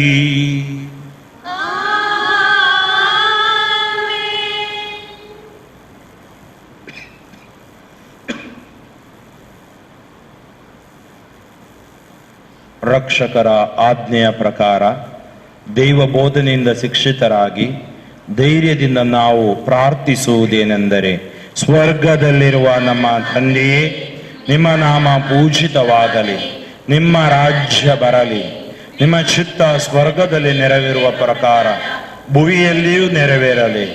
ನಮ್ಮ ಅನುದಿನದ ಆಹಾರವನ್ನು ಇಂದು ನಮಗೆ ನೀಡಿರಿ. ನಮಗೆ ತಪ್ಪು ಮಾಡಿದವರನ್ನು ನಾವು ಕ್ಷಮಿಸುವ ಪ್ರಕಾರ ನಮ್ಮ ಪಾಪಗಳನ್ನು ಕ್ಷಮಿಸಿರಿ. ನಮ್ಮನ್ನು ಶೋಧನೆಗೆ ಒಳಪಡಿಸದೆ ಕೇಡಿನಿಂದ ನಮ್ಮನ್ನು ರಕ್ಷಿಸಿರಿ. ಪ್ರಭು, ಸಕಲ ಕೇಡುಗಳಿಂದ ನಮ್ಮನ್ನು ರಕ್ಷಿಸಿರೆಂದು ಪ್ರಾರ್ಥಿಸುತ್ತೇವೆ. ನಿಮ್ಮ ದಯೆಯ ನೆರವನ್ನು ಪಡೆದು ಪಾಪದಿಂದ ಸದಾ ವಿಮುಕ್ತರಾಗಿ ಎಲ್ಲಾ ಸಂಕಷ್ಟಗಳಿಂದ ಸುರಕ್ಷಿತರಾಗಿರುವಂತೆ ನಮ್ಮ ಜೀವಮಾನದಲ್ಲಿ ಶಾಂತಿಯನ್ನು ದಯೆಯಿಂದ ಕರುಣಿಸಿರಿ. ನಾವು ಸ್ವರ್ಗಾನಂದವನ್ನು, ನಮ್ಮ ರಕ್ಷಕ ಯೇಸು ಕ್ರಿಸ್ತರ ಆಗಮನವನ್ನು ನಿರೀಕ್ಷಿಸುತ್ತಿದ್ದೇವೆ. ಏಕೆಂದರೆ ರಾಜ್ಯಭಾರವು, ಅಧಿಕಾರ, ಮಹಿಮೆಯು ಯುಗ ಯುಗಾಂತರಕ್ಕೂ ನಿಮ್ಮದೇ. ಶಾಂತಿಗಾಗಿ ನಾವು ಪ್ರಾರ್ಥಿಸೋಣ. ನೊಂದ ಮನಗಳಲ್ಲಿ, ಮುರಿದ ಮನೆಗಳಲ್ಲಿ, ಕುಟುಂಬಗಳಲ್ಲಿ, ವಿಶ್ವದಲ್ಲಿ ಪ್ರಭು ಯೇಸು ಕ್ರಿಸ್ತರೇ, ನಿಮ್ಮ ಪ್ರೇಷಿತರಿಗೆ ನಿಮಗೆ ಶಾಂತಿಯನ್ನು ಬಿಟ್ಟು ಹೋಗುತ್ತೇನೆ, ನನ್ನ ಶಾಂತಿಯನ್ನು ನಿಮಗೆ ಕೊಡುತ್ತೇನೆ ಎಂದು ಹೇಳಿದ್ದೀರಿ. ನಮ್ಮ ಪಾಪಗಳನ್ನು ಲಕ್ಷಿಸದೆ ನಿಮ್ಮ ಧರ್ಮಸಭೆ ವಿಶ್ವಾಸವನ್ನು ವೀಕ್ಷಿಸಿರಿ. ಅದಕ್ಕೆ ನಿಮ್ಮ ಚಿತ್ತದ ಪ್ರಕಾರ ಶಾಂತಿಯನ್ನು, ಐಕ್ಯತೆಯನ್ನು ದಯೆಯಿಂದ ದಯಪಾಲಿಸಿರಿ. ಯುಗ ಯುಗಾಂತರಕ್ಕೂ ಜೀವಿಸಿ ಆಳುವ ನಿಮ್ಮನ್ನು ಪ್ರಾರ್ಥಿಸುತ್ತೇವೆ. ಪ್ರಭುವಿನ ಶಾಂತಿ ಸದಾ ನಿಮ್ಮಲ್ಲಿರಲಿ.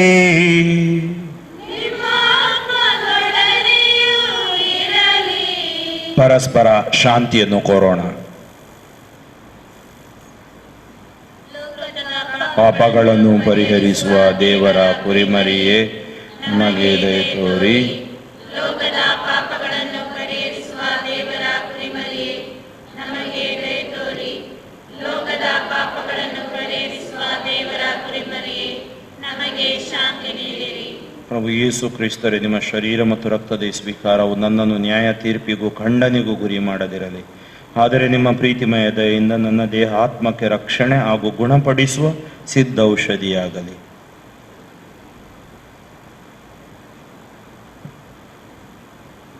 ಇಗೋ ದೇವರ ಕುರಿಮರಿ, ಇಗೋ ಇವರೇ ಲೋಕದ ಪಾಪಗಳನ್ನು ಪರಿಹರಿಸುವವರು. ಕುರಿಮರಿಯ ಭೋಜನಕ್ಕೆ ಆಹ್ವಾನಿತರು ಭಾಗ್ಯವಂತರು. ತಾವು ನನ್ನ ಮನೆಯನ್ನು ಪ್ರವೇಶಿಸಲು ನಾನು ಪಾತ್ರನಲ್ಲ, ಆದರೆ ತಾವು ಒಂದೇ ಒಂದು ಮಾತನ್ನು ನುಡಿಯಿರಿ, ನನ್ನ ಆತ್ಮವು ಸ್ವಸ್ಥವಾಗುವುದು.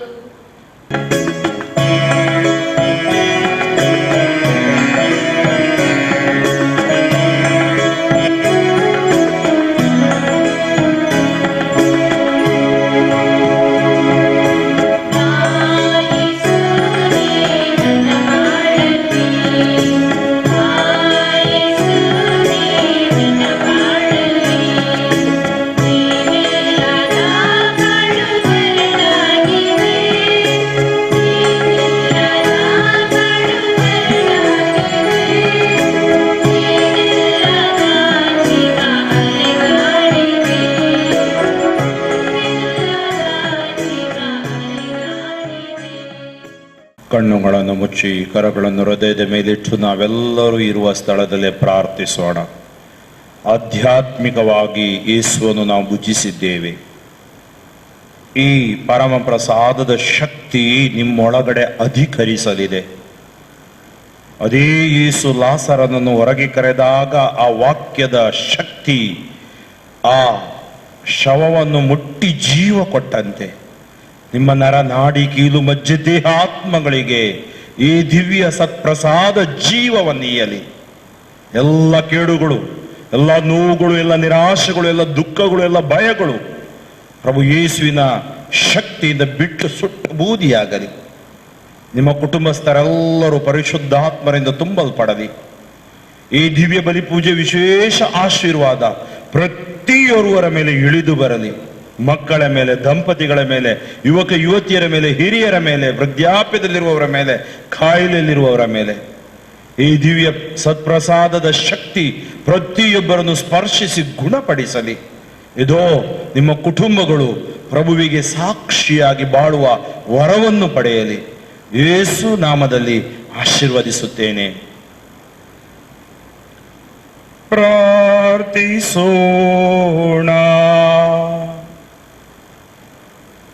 ಸರ್ವಶಕ್ತ ದೇವರೇ, ಕ್ರಿಸ್ತರ ಪೂಜ್ಯ ಶರೀರ ಮತ್ತು ರಕ್ತವನ್ನು ಸ್ವೀಕರಿಸಿದ್ದೇವೆ. ಅವರ ಶಿಷ್ಯ ವೃಂದದ ಸಂಖ್ಯೆಯಲ್ಲಿ ನಾವು ಸದಾ ಎಣಿಸಲ್ಪಡುವಂತೆ ಅನುಗ್ರಹಿಸಿರಿ.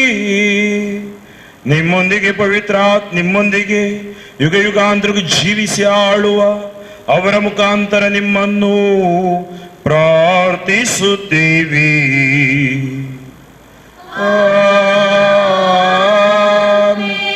ತಲೆಬಾಗಿ ಎಲ್ಲಾ ವಿಶ್ವಾಸಿಗಳಿಗಾಗಿ ವಿಶೇಷ ಪ್ರಾರ್ಥನೆಯನ್ನು ನಾವು ಸ್ವೀಕರಿಸೋಣ. ಪ್ರಭು, ನಿಮ್ಮ ದಯೆಯ ಕೊಡುಗೆಗಾಗಿ ಹಾತೊರೆಯುವ ನಿಮ್ಮ ಈ ಪ್ರಜೆಯನ್ನು ಆಶೀರ್ವದಿಸಿರಿ. ನಿಮ್ಮ ಪ್ರೇರಣೆಯಿಂದ ಅವರು ಆಶಿಸುವುದನ್ನು ನಿಮ್ಮ ಧಾರಾಳ ಕೊಡುಗೆಯಿಂದ ಅವರಿಗೆ ಅನುಗ್ರಹಿಸಿರಿ.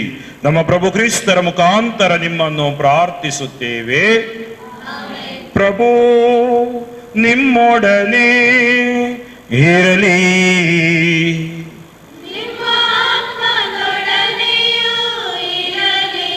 ಸರ್ವಶಕ್ತ ದೇವರಾದ ಪಿತಾ ಮತ್ತು ಸುತ ಮತ್ತು ಪವಿತ್ರ ಆತ್ಮರು ನಿಮ್ಮನ್ನು ಆಶೀರ್ವದಿಸಲಿ. ಹೋಗಿ ಬನ್ನಿ, ಪ್ರಭುವಿನ ಶುಭ ಸಂದೇಶವನ್ನು ಸಾರಿರಿ.